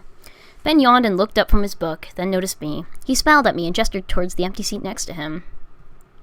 Rand followed his gaze and then he noticed me and gave me a small nod. I took this as permission to eat with them. I set my tray on the table and sat down. Hello, America. It's good to see you again. Yes, hello again. Hi. I'm afraid I didn't bring a book with me like you two. That's alright. We can, talk, if you'd like. I think I'd like that. Ben shut his textbook and turned toward me. Rand did the same a moment later after grabbing a napkin and sticking it in his book as a bookmark, same. Ooh. Are you, happy here, America? Everyone keeps asking me that, or reassuring me that I'm going to be happy. And I'm not sure what the answer is. I'm not unhappy, but no matter how comfortable you are in a place, you're going to have ups and downs, right? Ben nodded sagely. Well put. Silence fell and lasted quite a while, and I suppose I should have expected that when I sat next to the two least talkative boys in the debate club. So, did you get enough signatures on your petition, Rand? Well, there isn't really any amount of signatures that would be enough. The Academy doesn't have any formal process for accepting or recognizing petitions. Oh, is Ben sleeping again? Then why are you doing it if it won't affect anything? To make a point that the students here want change. I filibuster sometimes too, but there aren't any regulations in the school constitution that give filibustering any actual impact either. I still do it though. Oh. We all have our quirks, America. For example, I almost killed someone with a hammer once. Oh, cool. Yeah. Wait, what? I listened to Rand filibuster once. It was quite impressive, even though he was talking to an empty room. Hold on, can we go back to the part where you attacked someone with a hammer? That's all in the past now. Why dwell on it? Professional surgeon. Or at least I guess he's not a surgeon here because he's just a high school student. I guess. Suddenly Rand's phone started buzzing. He pulled it out of his pocket and glanced at the caller ID. After seeming to equivocate for a second, he looked up at us. Sorry, I need to take this. Rand stood and left the table, answering the phone as he walked away. Hi, Dad. Yeah, I can talk now. You will be. What? What we were talking about before. You will be happy here. I have faith in that. He patted me gently on the back, and then I rose from the table, taking his empty tray and book with him. I was now sitting alone at the table, but I felt anything but lonely. Ben's faith was well placed, because I was happy. Oh, this is a good end, apparently. Alright, now let's see what happens if we sit with, let's do... Well, all we can do is John and Ted, so... Alright, this is gonna be the last thing I do. I'll do more streams of this, probably, because I want to see what the other, stuff is, and including the secret ending. But, Chris Christie's a stretch goal as far as I know. So yeah, this is gonna be the last thing I do before I stop the stream, because I've been streaming for like 2.5 hours, and my voice can only take so much. I took my tray over to the table where Ted and the mystery student were sitting. Hi, Ted. Ted glared up at me with a menacing glint in his eyes. Oh no. Hello, America. How was chemistry class with Marco? Oh. Are you a little jealous, Ted? He said Marco's name with nearly as much disdain as Donald had used with Jeb's. It was fine.